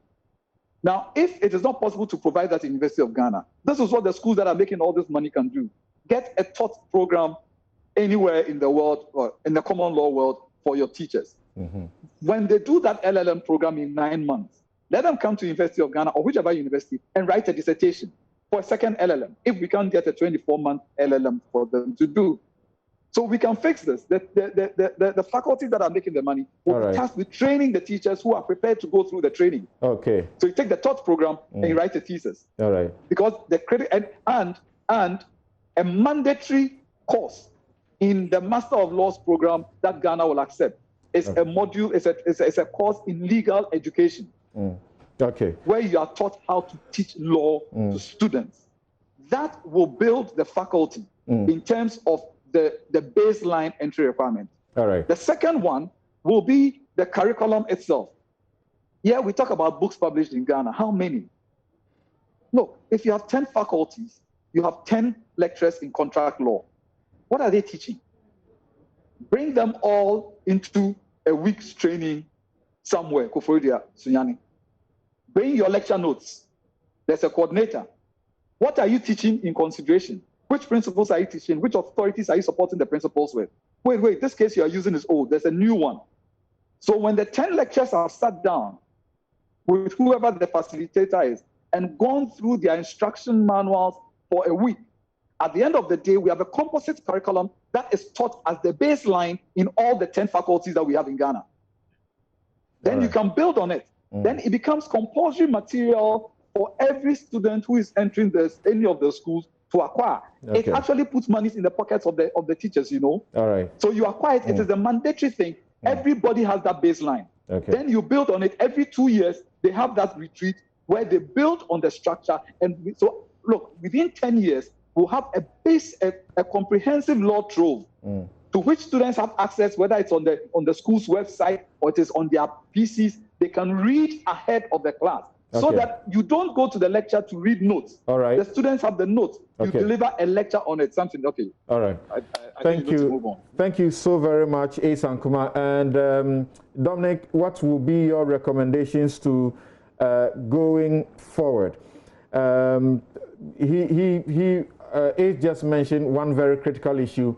If the insistence is that you must have a PhD in law before you can teach it, and the evidence shows that lawyers with considerable experience have taught the law in the best way and have produced the best of lawyers and even judges, and so the system has been better for it. Why that insistence, for example? So what will be your recommendations about two of them, and why are we not closing down? Why are we not closing down those institutions that are at fault and producing the wrong numbers? Okay. On the sorry. On the first issue of the terminal degree, I think I was a victim of that policy requirement at the law faculty. At the time I started teaching at the law faculty, I had just come back from the University of Michigan Law School with an LLM, and I was, hoping that I would continue just like my seniors, the other lecturers. Professor Kumado, for instance, excellent teacher, very knowledgeable, one of the best we have in the country when it comes to constitutional law, doesn't have a PhD. Professor Mensah-Bonsu, now Justice Mensah-Bonsu, okay, a fantastic, scholar of criminal law, doesn't have a PhD. My lecturer in contract law, Christine Dona-Hammond, also fantastic and a fantastic intellectual, no PhD. So the insistence on this PhD thing has been kind of a bottleneck that we need to look at very critically. And I think Ace has done well with the recommendations that he's put forward. We need to think about it very carefully. Otherwise, it will be very difficult in the coming years to have young people, brilliant people wanting to teach law, because most of them would not want to waste, or not waste as such, spend say 3-4 years, trying to get a degree from a foreign university. But I wanted quickly to say one thing about legal education. I have always been concerned about the professional aspect. Ace has hinted about the numbers. I don't know how many they are now, but we have about 3,000 odd students who have LLBs and cannot get access to, at the law school.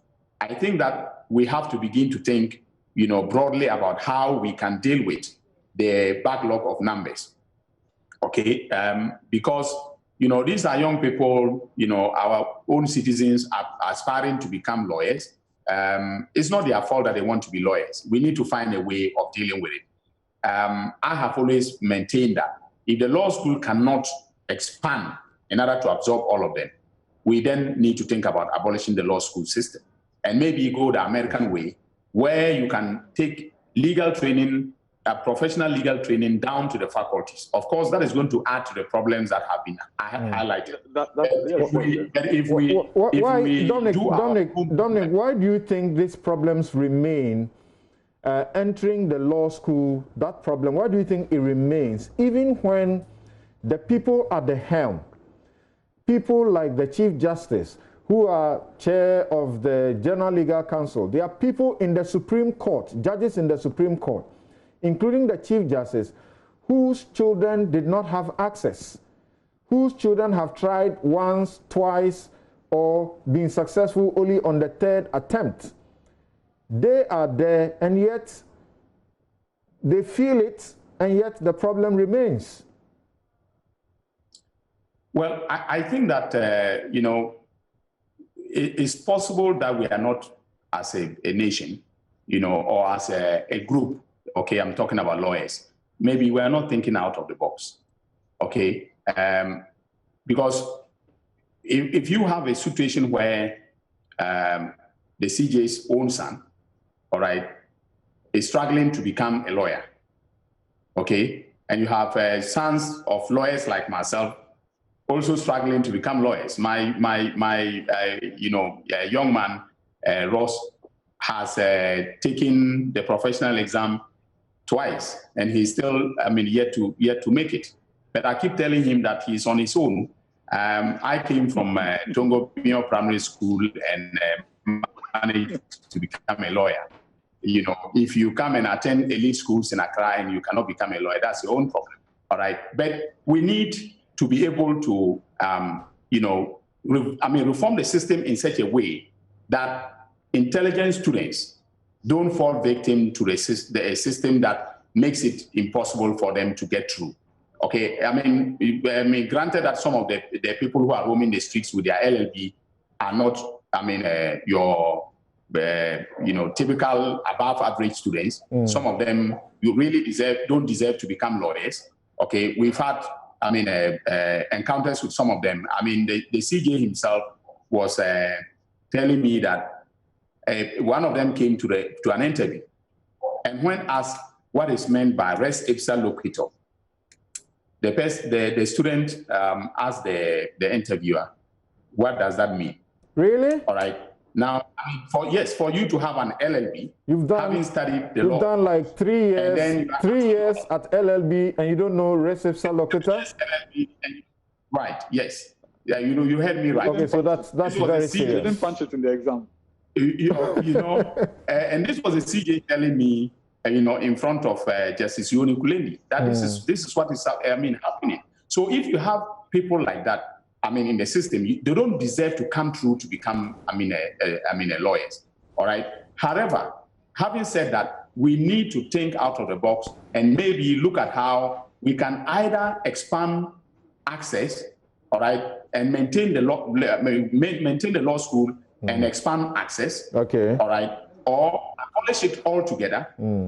Take the professional training, back to the faculties as a clinical, legal, a law program. Okay. All right. And then let everyone write a national bar exam. All right. And that, I think, is probably going to solve the problem for us. So, for instance, just a concluding thought. Yeah. Let's say do that very quickly. We now take civil procedure as one of the, let's say, the professional courses, a mandatory course.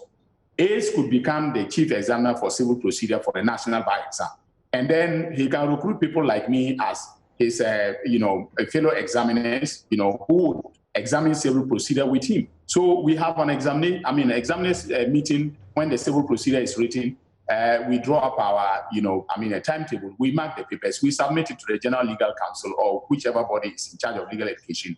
And then the list of people who have passed civil procedure is published. All right. All right. All right. So I think that's the way to go if we have to solve this problem of access. All right. Thank you. I wanted to add quickly to that, Samson. Yes, do that quickly. I wanted to add quickly to that, Samson, that is possible. That is possible if we get the national curriculum together. If the civil procedure lecturers, instruction manual, that is across board, then you probably do not need the lectures in the law school to study for and write the exam. But right. I wrote this recommendation to the General Legal Council. I'm not sure where it ended up, probably in a trash bin. Same recommendation. But the issue then is this. If the faculties that one was going to trust to do this instruction are the ones we are saying today are not fit for purpose. Right. So if we don't do the root and stem reform from the faculty level, it's going to affect the law school. But we can do what Dominic is saying, but we need the national curriculum, the national instruction manual. That ought to be done ASAP. That's my final recommendation. Thank you so very much, gentlemen, Dominic Ayene and Asa Nkuma. Thank you so very much. And we have heard the Chief Justice even speak about trying to have a national sort of forum that can, aggregate, brainstorm, and bring together ideas as to the way forward. And it does suggest that there is some light, at the end of the tunnel. Thank you all so very much. Kofi Bento sends me a message. He says, the report reveals that many law faculties are unfit to exist. A says unfit for purpose, and he says unfit to exist. Truth is, across tertiary education in Ghana, this is true. Many universities do not have what it takes to exist. So why are they still running? The clear reason is that the supervisors of that system, specifically the National Accreditation Board and analogous supervisory institutions, have woefully failed. If we solve that problem, wrong institutions will be closed down and good ones will be more patronized. Ultimately, the system will be stronger. This is failure of leadership. The solution will start from fixing leadership. And of course, as you read the report, you realize that Mount Crest University, KNUST, various other universities have made remarkable improvements over the time, whilst others are deteriorating. So this is really good. Thank you all so very much. And but a quick one. The nuclear option is not always the best option. Mount Crest had problems. It was pointed out to them. They were not shut down, and they have shown how to fix it. There's a few problems left, but Mount Crest is the example of how to fix a problem. Right. So I won't go for a nuclear option. Immediately close this down now. How do we fix it? I think that's a better approach. Thank you all so very much. And we will take another break and then return to look at the NDC's assessment of the NPP. It has awarded the NPP government 14% for its achievements on its manifesto promises. So many of them. You know that in the course of last year, Imani scored the NPP 48.78% thereabout for the achievement it had made, accomplishment or fulfillment of its manifesto promises. Then President Akufo-Addo decided to award himself 78% of the achievement. NDC has done its analysis. They will show you how they did it and has come to 14% achievement. All the rest of them has been failure. We'll return with that and also give you some updates on the primaries going on in the various constituencies.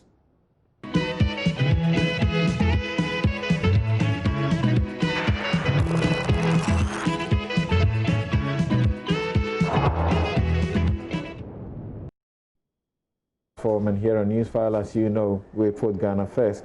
And the Honorable Sam George has something very brief to say about the topic we have just discussed. And I actually didn't know that the interest would be that huge.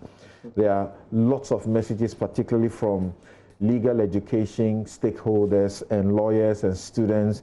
I'll just read a few to you. Dr. Barnes says that Ace and Dominic are not only discussing problems with legal education, but education in general. For instance, at the graduate level, these days, students are interested in getting the certificate, but not striving to acquire knowledge. The regulator doesn't also seem to be interested in acquisition of knowledge and only end up accrediting programs. If students fail entrance examination for the law school, they resort to demonstrations, but the problem is not the questions, but the students. How can you go through graduate program without stepping foot in class and only show up for exams and expect to pass? In Ghana now, we are interested in supply of graduates and not the quality. Nick Opoku will not be happy about this because their batch of students have also been demonstrating and doing a number of things. He says, should we continue to have a bifurcated legal education system? Why can't we have one system like the Americans have? 4-year JD that includes the practical aspect of the training. Such we don't bother students with entrance exams. Why are teachers of the law still asking students to sign an undertaking not to challenge results of an entrance exams in 2020? If we want to ensure quality right from LLB stage, can we adopt something like the LSAT, law school admission test, as done in the US? Okay. And one of the very major stakeholders in the law, legal education in Ghana also is asking, Dr. Ayene, talks about abolishing the law school and allowing the faculties to run the program. In light of the challenges the faculties face with lecturers, we shall be compounding the problems for the faculties. Let's scrap those faculties that can't meet the standards. Okay, so that is the approach that Kofi Bento was suggesting that ACE does not particularly agree with, because there is evidence, for example, of the Mount Crest University having done so well after years of battling the General Legal Council. Then, okay, so why are JDs not good enough for teaching? And that is Dr. Kojo Asante, because that is part of the problem. And lawyer Yao Opong is also, who has been a teacher of law for a while, also is asking, why are we still insisting on PhDs? And that is part of the problem. And like Dr. Yene also said, once we are not producing the PhDs, and ACE agreed, how do you insist on that when you have lawyers who have a wealth of experience? Yao Opong, you know, is an author now of a law book that, you know, many judges agree is one of the best in the system now. Okay, so Sam George, briefly on that, and then we'll move on. Yeah, to just brief comments. I think that we need to congratulate the National Accreditation Board and the Legal Council, led by the Chief Justice, for the review work that's done. But I think what this does is it actually opens the discussion that if we could actually have review of law faculties, then the professional legal education system itself can also be decentralized and subjected to review to allow for more people to come in. And then just on a brief point, because I mean, I also have a first degree in engineering, it is not correct that, or entirely correct, that law is the only profession where you can be criminalized or you can serve criminal sentence for practicing without certification. I know that the architects have saying in the Engineering Council legal framework, section 35 to 40 states that even if you carry out an engineering operation in Ghana without certification, you're criminally liable for sentencing. Yeah. So I think that this opens the opportunity for us to explore what the options are for opening up legal education. And that's something which I know that the next NDC manifesto is going to speak succinctly to, exploring the opening up of professional legal education. Okay, all right. Seth Asantewiafe says, congratulations on this good job. The panel, Ace Ankuma and Dr. Yene, you couldn't have had it any better than that. The issue about teaching and tutorials is worse at the professional law course at the Ghana School of Law itself. The study must be replicated at the law school itself. Okay, so where you are learning the practicals, there too, some have some issues about that. Okay, so Ya Konama is also saying great submissions and recommendations by ACE, how she hopes that these will be implemented as quickly as possible to open the gate for some of them who have LLBs to be able to go to do the law. In fact, the system needs a lot of lawyers, loads of lawyers, but they are simply not available because, you know, just only a handful pass to get trained and get called to the bar to become lawyers. And I think the coming weekend, we are going to call another set of lawyers for the year. All right, thanks all of you for all the messages you have sent in. Those of you I haven't read your messages yet, if time allows, I may read some of them. There are loads of them on this particular subject. Right, so let's listen to the NDC as led by Samuel Okudzeto Ablakwa on the NPP's achievements on its manifesto promises, and then hear a response from Kojo Opong Nkrumah. We'll return to the studio on that debate. The overall summary will shock you. It will shock you. Now, this is where we talk about the actual delivery. Actual delivery. So we have moved from what the promises they remember and hope that we will, forget the rest. Now we are talking about actual delivery. So this is the overall summary, the sectorial analysis.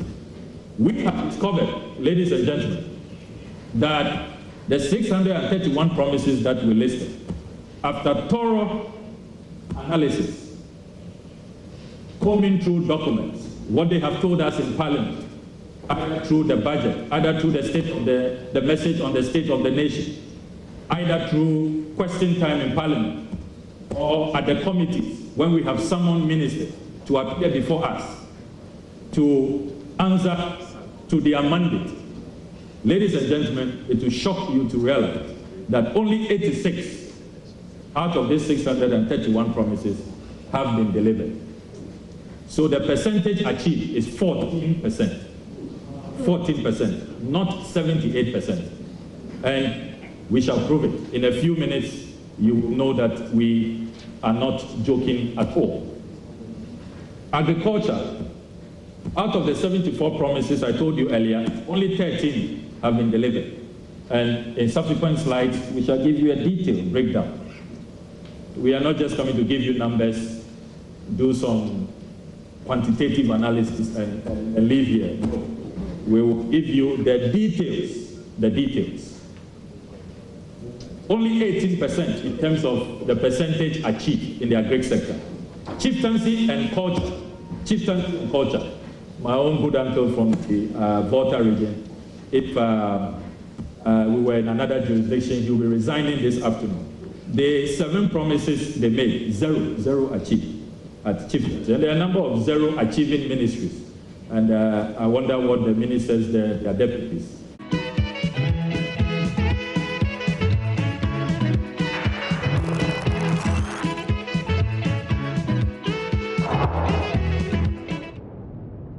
When you compare their first term record of 4 years, promises made and promises that they had completed at the end of 4 years, to where we are yet to complete our 4 years, the results are startling. May I ask my colleagues to project? We have done some work on their manifesto promises 2008 to 2012. And if I have a few minutes, this is just the summary. I want the Excel sheet. No, the Excel sheet. And we will give you copies, right from here. We'll give you copies. And we encourage you to ask of them if indeed these are persons who are committed to the question of delivering of promises and fulfilling of a social contract. The first thing they have to do is to explain where they left us on these promises they made in 2008. And we'll leave them for you, several of them. We're going to give you a copy of their 2008 first-term manifesto and benchmark it with our first-term manifesto. And in that analysis, you will find out, please go to the summary, the pie chart at the end on the other sheet. We'll give it to you because we don't want to take too much of your time. You'll find out that about 67% of the individual specific promises they made in 2008, by the end of their tenure in 2012, you will find that they had not touched them, they had not delivered on them. This is the group that now has become the apostles of the fulfillment of social contract. And we'll give it to you, and we encourage you to ask them a few questions about this. It was only 33% of their promises that they had completed or they were in the process of completing by the time that tenure ended. We are of the firm belief that if anybody wants to push a conversation about fulfillment of the social contract, this group that today seeks to distort our record must be exposed for who they are so that we all know that they are not the apostles on this matter.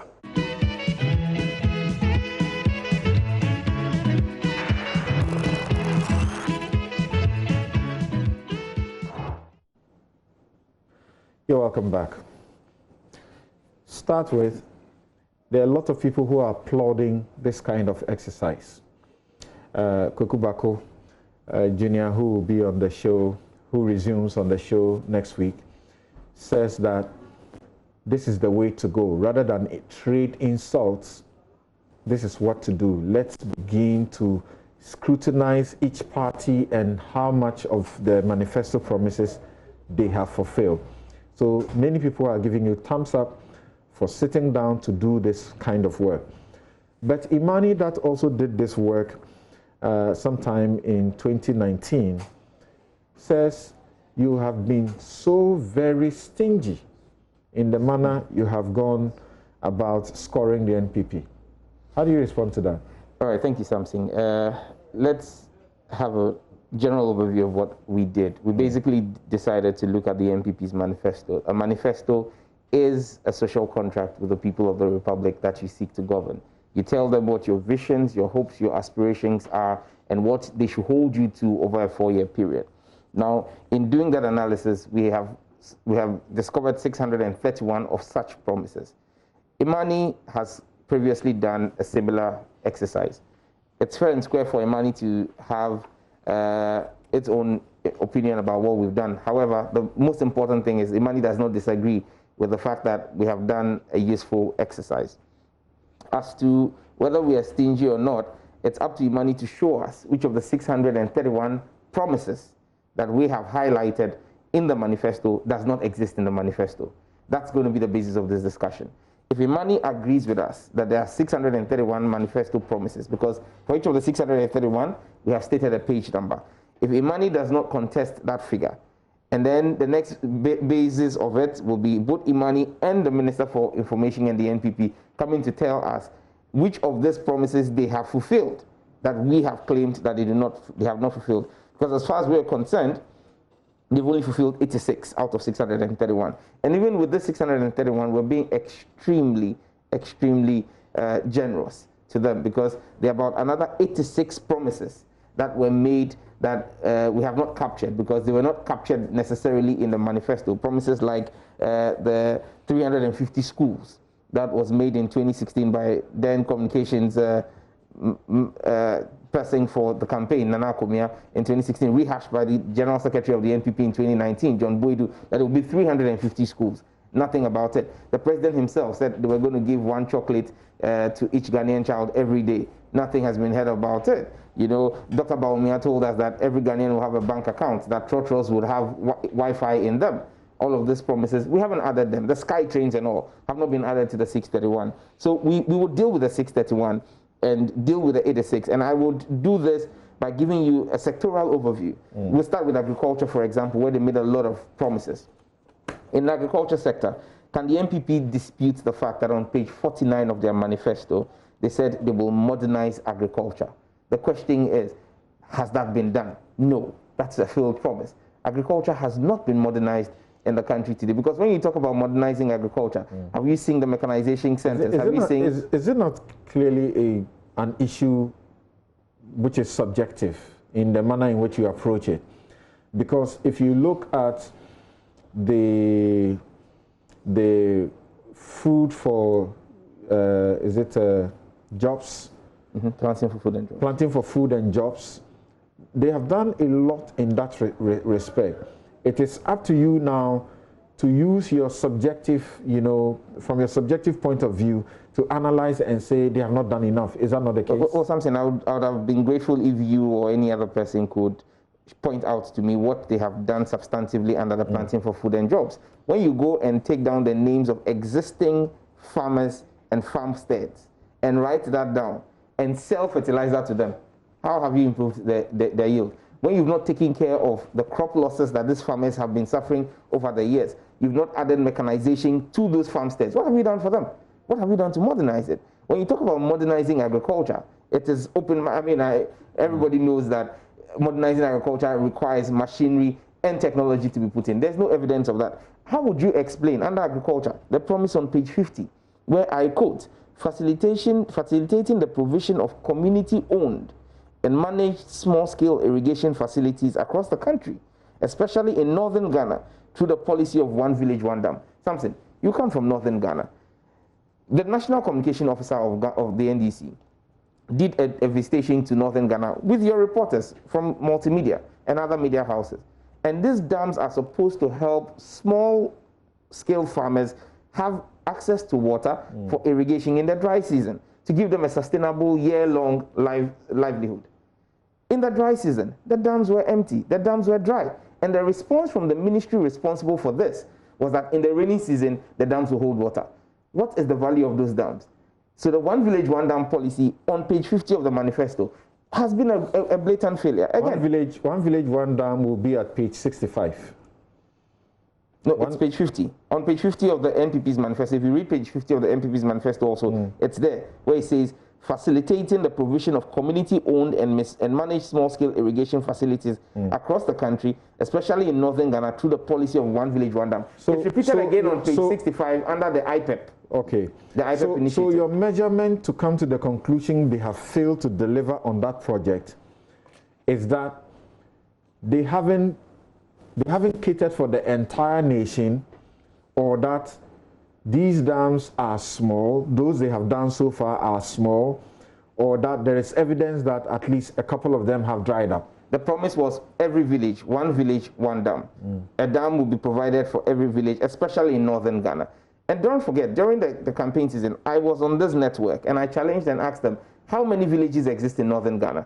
When you make such a promise, and specific to northern Ghana, have you done the homework to know how many villages exist, how many of them will need a dam, how many already have existing dams? Nobody gave us an answer. So today, when we are holding you to strict proof and performance, and we visited several of these dams, I'm yet to see a dam that has held water in the dry season. But when the NDC says we have visited several dams, yes, when we know that they probably have been to one or two. Not one or two, we visited several. Where they showed us some pictures of, where they sat and showed us pictures. Yes. Will it not be the best to tell us that we visited this specific number of dams?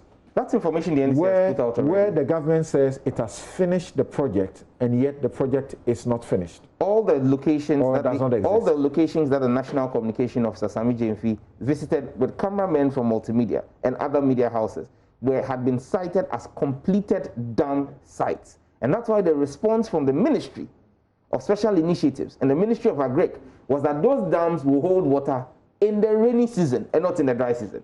So these were claims that they had been completed. This was on the back of the claim by Dr. Baumia that they had completed and delivered on the promise of one village, one dam. In fact, checking that, we realized that the locations they pointed out as having completed, those dams are not holding water. And even if you want to do this rationalization, you also admit that we have areas where these dams or dugouts have been made, and they have been excited about it and have commended the government for a good job done. I would love for you to give me an example. And their hope in the Wa area in the Upper West region, yes, we have had some of these reports, and their hope had been that if it is replicated in the manner that was promised, then we'll be heading towards the industrialization that the president has been preaching. Well, Samson, that would be an over-the-top generous approach to take. A promise was made. A pledge was made to the Ghanaian people, especially the people of northern Ghana. We would give every village a dam. You cited one example out of over 6,500 villages in the northern part of Ghana. At our last check, over 6,500 villages. You're giving me one example. That in itself is a clear-cut example of failure. And even if we want to do that, on page 55. But don't you also think that the best approach to this is to give the specific number of dams or dugouts done so far? They said they were going to complete, is it 200 or so? Dr. Bamia had given a certain number, and then the minister responsible for that had also come to take away about 50 of that number. So if you wanted to have the empirical evidence, why don't you visit all these places where they said they have done them, and then bring the evidence to show? So we know whether you are talking of quantity or complete non-existence or quality. Samson, if I remember Dr. Baumia's comments, he spoke about constructing about 200 of these dams. You're from northern Ghana. I think 250 or so. Okay, fine. Yeah. Let's even say 500. You're from northern Ghana. Do you want to tell me that there are only 500 villages in northern Ghana? What was the specific promise? One village, one dam. So even if you use 500. Okay, so for those of you watching on TV, one of the areas where the NDC group had visited, and where reporters had captured the dam projects, and which appeared you know, to not match up to what was being said. Right. So you see, the point I'm making here is a specific promise. We're holding people accountable to their promises. You should, and I believe that the media and academia and the Ghanaian people have a right and a responsibility to hold us to strict performance of our promises. When you allow politicians change and shift the goalpost as and when it will suit their purposes, the Ghanaian people are worse off. That's the same way on page 55 of the NPP's manifesto. They make a pledge to restore the Kole Lagoon. So what I ask, is it too much to require that of you so that you are specific? You have NDC is a very big party, sure, a mass party all over the country. Sure. You have officers in almost every village. Absolutely. Is it that difficult to get your officers to help you to be able to say that this village you say there is a dam, there is none. This village you say there's a dam of this size, it's not correct. What you have there is a small dugout, something like that. I am excited that Samson, yourself, a respected journalist, and several other journalists want to hold the NDC to a high standard of accountability. I believe that this promise was made by the NPP. We should also be asking the NPP who made the promise to give us a list. Up till now, the NPP has been unable, 3.5 years into government, to give you a list of the completed dams. Our team, led by the Honorable Okujeto Ablakwa, that worked on these manifesto promises in reaching the conclusion that there has been failure, had leveraged on the presence of the party in many of these villages in northern Ghana. And the report we have is that these dams do not exist. It is up to those who are paid with the taxpayers' money for making this promise and being given the mandate to fulfill this promise to come back to you and myself and the Ghanaian people and account to us. As the NDC will continue to hold them to the torch of accountability, just like as I said, on page 55, here in Accra, not far from here, the Kole Lagoon is there. A pledge and a promise was made that they will restore the Kole Lagoon and reintroduce fish stock into it. I'm wondering what kind of fish stock we will see there. Again, on page 54, they spoke about eliminating import duty for fishing equipment like nets and outboard motors. My constituents in my constituency are still struggling with buying outboard motors because of the price of it. They spoke about continuing to expand and upgrade the road infrastructure connecting farming communities to marketing centers on page 56 of their manifesto. Can you imagine that in that manifesto also, they spoke about the fact that they were going to pursue a policy of mechanization in the production of agric produce on page 51. All of this, and this is just a snapshot of the 74 promises that were made in the agricultural sector. I move to economy. On the economy, promises were made on page 13 of the economy that they will grow the economy of Ghana and create wealth and prosperity for the vast majority of Ghanaians through private sector empowerment. Ghanaian private sector empowerment has been collapsed by this government. Over 500 financial institutions that are Ghanaian owned collapsed. Over 131 radio stations, Ghanaian owned businesses collapsed. And you said they have been collapsed by the government? Who shuts them down? The Bank of Ghana and SEC are agencies of state, agencies of government, under the direct supervision of the Minister for Finance. So I suppose we are better not going back to that debate about that suggests a deliberateness, some sort of wickedness on the part of a government against I won't do that discussion today because it would take us away from the manifesto deliveries. There is reports. Yes. The various reports were produced to show what was happening in the banking sector. And presently, there are people in court who are making admissions to a number of things. So I don't know how But you're aware that there are banks that are still in operation today who were in the reports that you referred to actually found them to be in a worse off state than some of the banks that were closed down. But they've been given a lease of life and are still operating. So like I said, I don't want to go into the merits of that report, but the fact remains that banks have been collapsed. I mean, we spent over 13 billion to save a 9 billion problem. That's a lot of wisdom, if you ask me, and experience to use 13 billion to fix a 9 billion problem. 13 billion and counting. Let's put it like that. Again, on page 13 of the manifesto, they state that we will reduce the cost of doing business. If you look at the index that has come out, Ghana has dropped 4 places in the ease of doing business. This is a government that, in its manifesto, promised to ease the cost of doing business. They said they will maintain fiscal discipline. That again, the figures as presented to Parliament by the Finance Minister do not support it. They will reduce government borrowing. From independence till President Kufuor left office, thanks to the debt relief, President Kufuor left us with a debt stock of about 9 billion Ghana cedis. In the 8 years of the NDC, based on the massive borrowing we did for massive infrastructure that you can see, and that is evidence of the borrowing that was done, our debt stock, as reported by the NPP, came to 122 billion. As we sit today, so it means from 1957 till 2017, 7 January, our debt stock was 122 billion. Today, as we speak, as at March of 2020, the NPP has borrowed an additional 137 billion. We cannot see anything for it. Show me any infrastructure, show me any investment that borrowing has gone into. Yes. Yet this is the government that said they will reduce borrowing. So sometimes I have asked the question, yes, why are you guys in the politics and the campaign not able to be fair to the facts?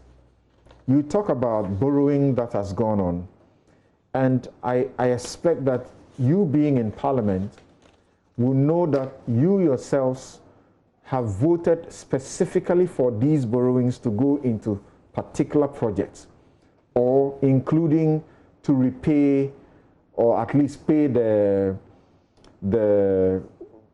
interest on some of the loans that already, you know, have been sitting on the books. We just spoke about agriculture, and we spoke about the dams. So whilst Bawumia has spoken about they doing about 570 dams, the minister spoke about 560 dams. We know that they started this project. So is it not fair for you to say, well, they've got some money, some of it would have gone into these dams? And we know that they said they were spending, is it 250,000 per dam or so, which you have problems with, that cannot construct any meaningful dam. So can we deal with the facts in that manner rather than generally say they borrowed money and we can't see anything the money has been used for? Fair argument, Samson. However, it's a legitimate claim I make when I say that we can't see what the monies have been borrowed for. Reason being, this is we're discussing the promise and specific promise that was made. Right. The specific promise was not to tell us that they will borrow money and use it to do ABC. The specific promise was that they will reduce government borrowing and that the money was local. They could raise the money locally. The president at the time said, Yetisikano so. Dr. Bawumia said he had been a deputy governor of the Bank of Ghana and knew how to generate the revenue locally. They did not tell us that they will come and borrow. They said to us that the NDC's borrowing was lazy and weak. So let's not shift the goalposts for them. Again, I plead with you that we must hold them to what their own words were. The manifesto is a social contract. As a lawyer, you know that if you contract with me to do A, B, C, and you covenant in that contract the specifics of what your deliverables are, when you vary the terms of this contract, or of that contract, without recourse to me, that's breach. That's ground for breach. But this is not exactly the case. How is it not the case? When you're in government and you are steering the affairs of state, why do you make an issue of the fact that there are 8 things they didn't promise and they have smuggled them in, and that they should have kept to the manifesto strictly and not introduce anything else into the manifesto? Because when they spoke about those 8 promises, they did not make the point that these are promises or issues that they have, as part of their governance system, addressed. They were taken and put in context of a manifesto. Again, that's the deception. Dr. Bawumia at that town hall meeting spoke about the manifesto achievements. He should have been honest enough to the Ghanaian people and shown integrity to say these 8 things are things that, based on our governance, we have come across and seen that they are necessary and we have fulfilled them. But to make them seem that they are part of the manifesto promises and seek to use that to score yourself 78%. It's as though you go to write an exam, the examiner has given you questions, you come with your own questions, answer in a supplementary sheet and expect that should be used to grade you. So don't... one of the promises you say they have failed, yes, and you know legal things catch my attention, is that they had promised that they will make corruption an expensive enterprise. Absolutely. By way of the punishment. And they said that they will elevate the punishment for corruption to a felony. A felony. Okay. and that they have failed to do so. That's on page 137 of their manifesto. And that they have failed to do so. Most definitely. Now, the NDC should be careful not to rush to say they will come and do so. Because once they came into office, some of us have pointed out already publicly that whoever supervised that portion of the manifesto may not have paid attention to the law. Because corruption in Ghana, for most of the acts that constitute corruption, is not punished as a misdemeanor. Even though you see the law and it is cast in that mold, we change the punishment and elevated it into a felony punishment. Absolutely. So they can't do what they said they would do. So this shows because you it's already been done. This shows you two things. Right. One, the dishonesty of purpose and the incompetence of the people who put together that social manifesto, that social contract, the manifesto. Because if they were competent enough, they would not have made a promise that cannot be kept. So it shows you the value of the men that they claim they have, even from their manifesto. It shows you how weak they are. And even on the ones that they should be able to fulfill, on page 135, under corruption, where they say the NPP will fight corruption head on through preventive, detective, corrective, and punitive action. All you have seen is the entrenchment of corruption by the occupant of the highest office of the land and his appointees, where you have seen that several instances and accusations of corruption, even with evidence, even when there have been indictments found. Take, for example, the Boss Gates scandal. The committee set up, made up of civil society organizations and other cross-sectoral organizations, found culpability on the part of the then chief executive. What has happened? The president has cleared him. And so when you talk about government's ability to do its promise and fulfill its promises, a lot of them, they have fallen flat. You look at a sector, for example, where they say that the Zongo Development Fund, again, it was one of the big selling points of their manifesto. Talk about the Zangos and what they would do in the Zangos. They talked about using the Zongo Development Fund on page 67 to educate and train people within the Zangos. You have not seen any of that. When they talk about... Did you say you have not seen any of that? Point out to me. Have you followed the Minister Mustafa Hamid, and have you seen the developments or the things that are being done? For example, upgrading and providing for... AstroTurfs? Yes, they are doing that. That's part of the development of the Zangos. They are also providing toilets, facilities. These are very important things. If you underestimate them, I suppose you don't. Not at all. The promise, again, and I always want to bring us back and put this in context, but doing an analysis of the manifesto, okay? The manifesto said the Zango Development Fund will be used for education and training within the Zangos. When you go and build an AstroTurf for the Zango, how has that educated the Zango girl or trained the Zango boy? You're holding them to strict performance of what their promises and pledges were. You pledged to me that you would upgrade the Zango, the livelihood of Zango youth by training and educating them. You failed to do that. You said you would establish, the fund will establish community policing and security. You failed to do that. So if you come back and tell me you built an AstroTurf for us to be able to use for social gatherings and have football matches on it, thank you. But that's not what you promised me. And I'm marking you or holding you to what you promised me. Again, the talk about transforming SADA to the NDA, very, very fantastic. But that's where on page 65, they talk about... So let's hold on from transformation of SADA and take a quick break and we'll return. And I must say that the NPP was unable to supply the NewsFile production, any representative to be on the show this morning. And I suppose we can all understand their difficulty. But not all of them are contesting. Not all of them are contesting, but everybody else is busy trying to support somebody, right? Yeah, right. We'll be right back.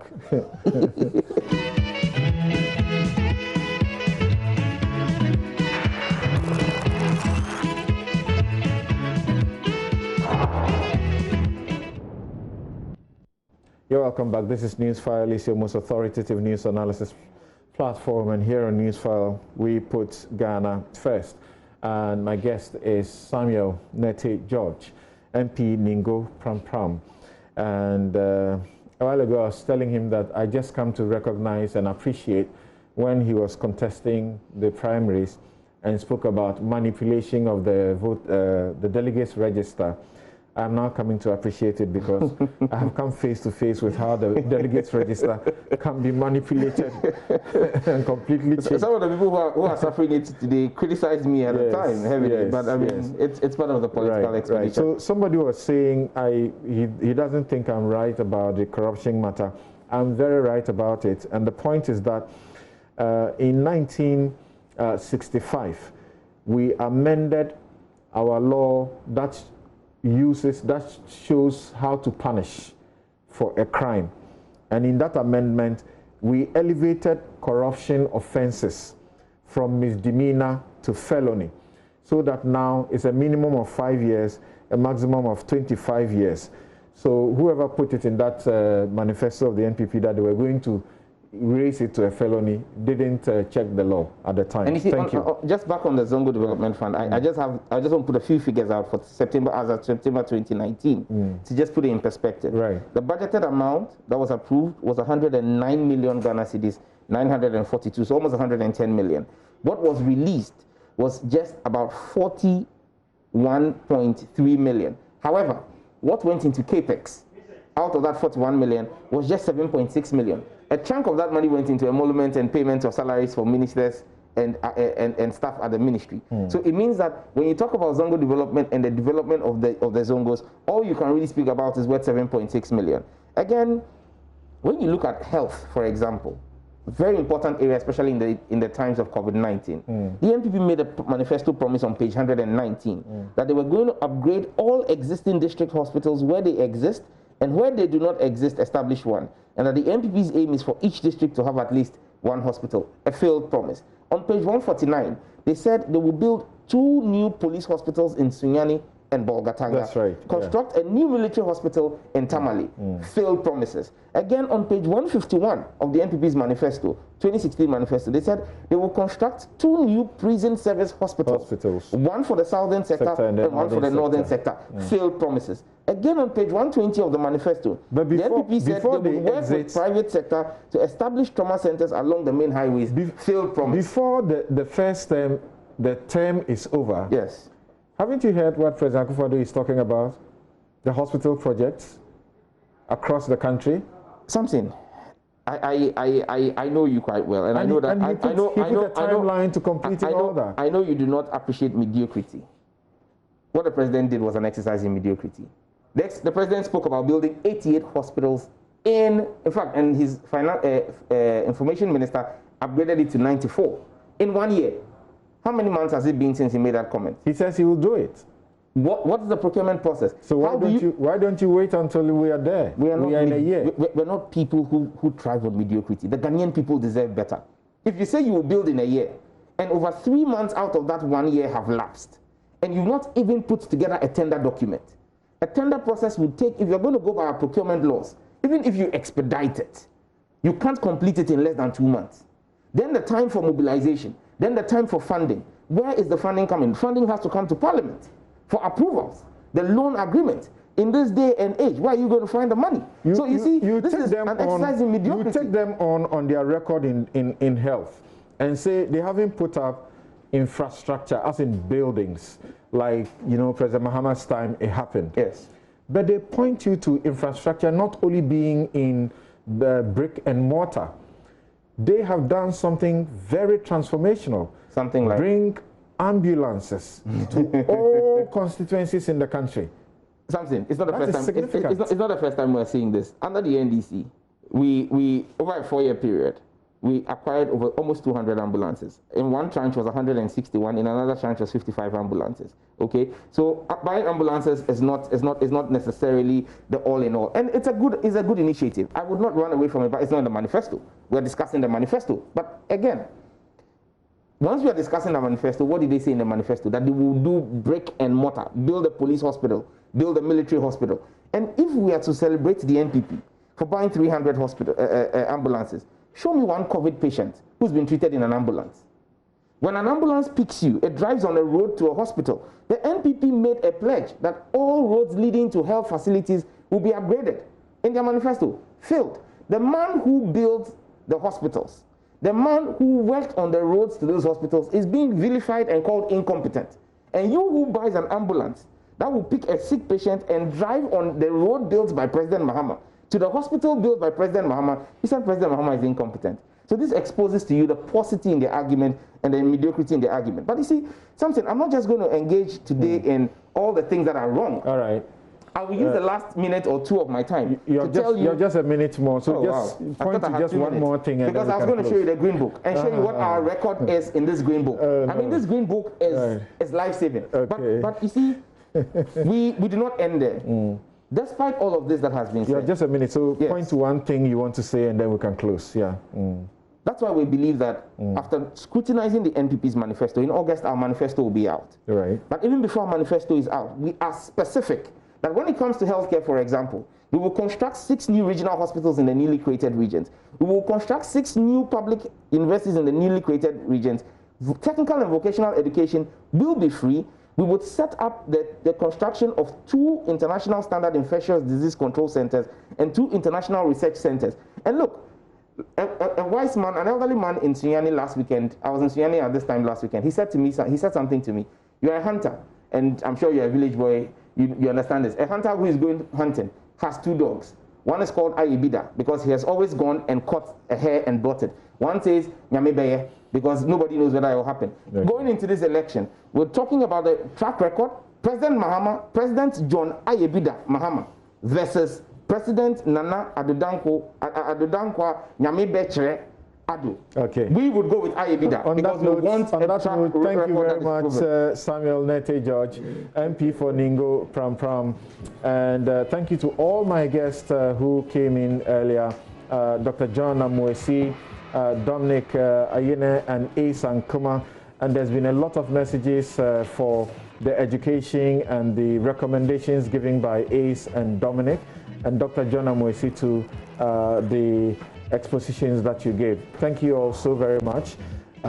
Joy News will continue with the comprehensive coverage of the NPP's parliamentary primaries across the country.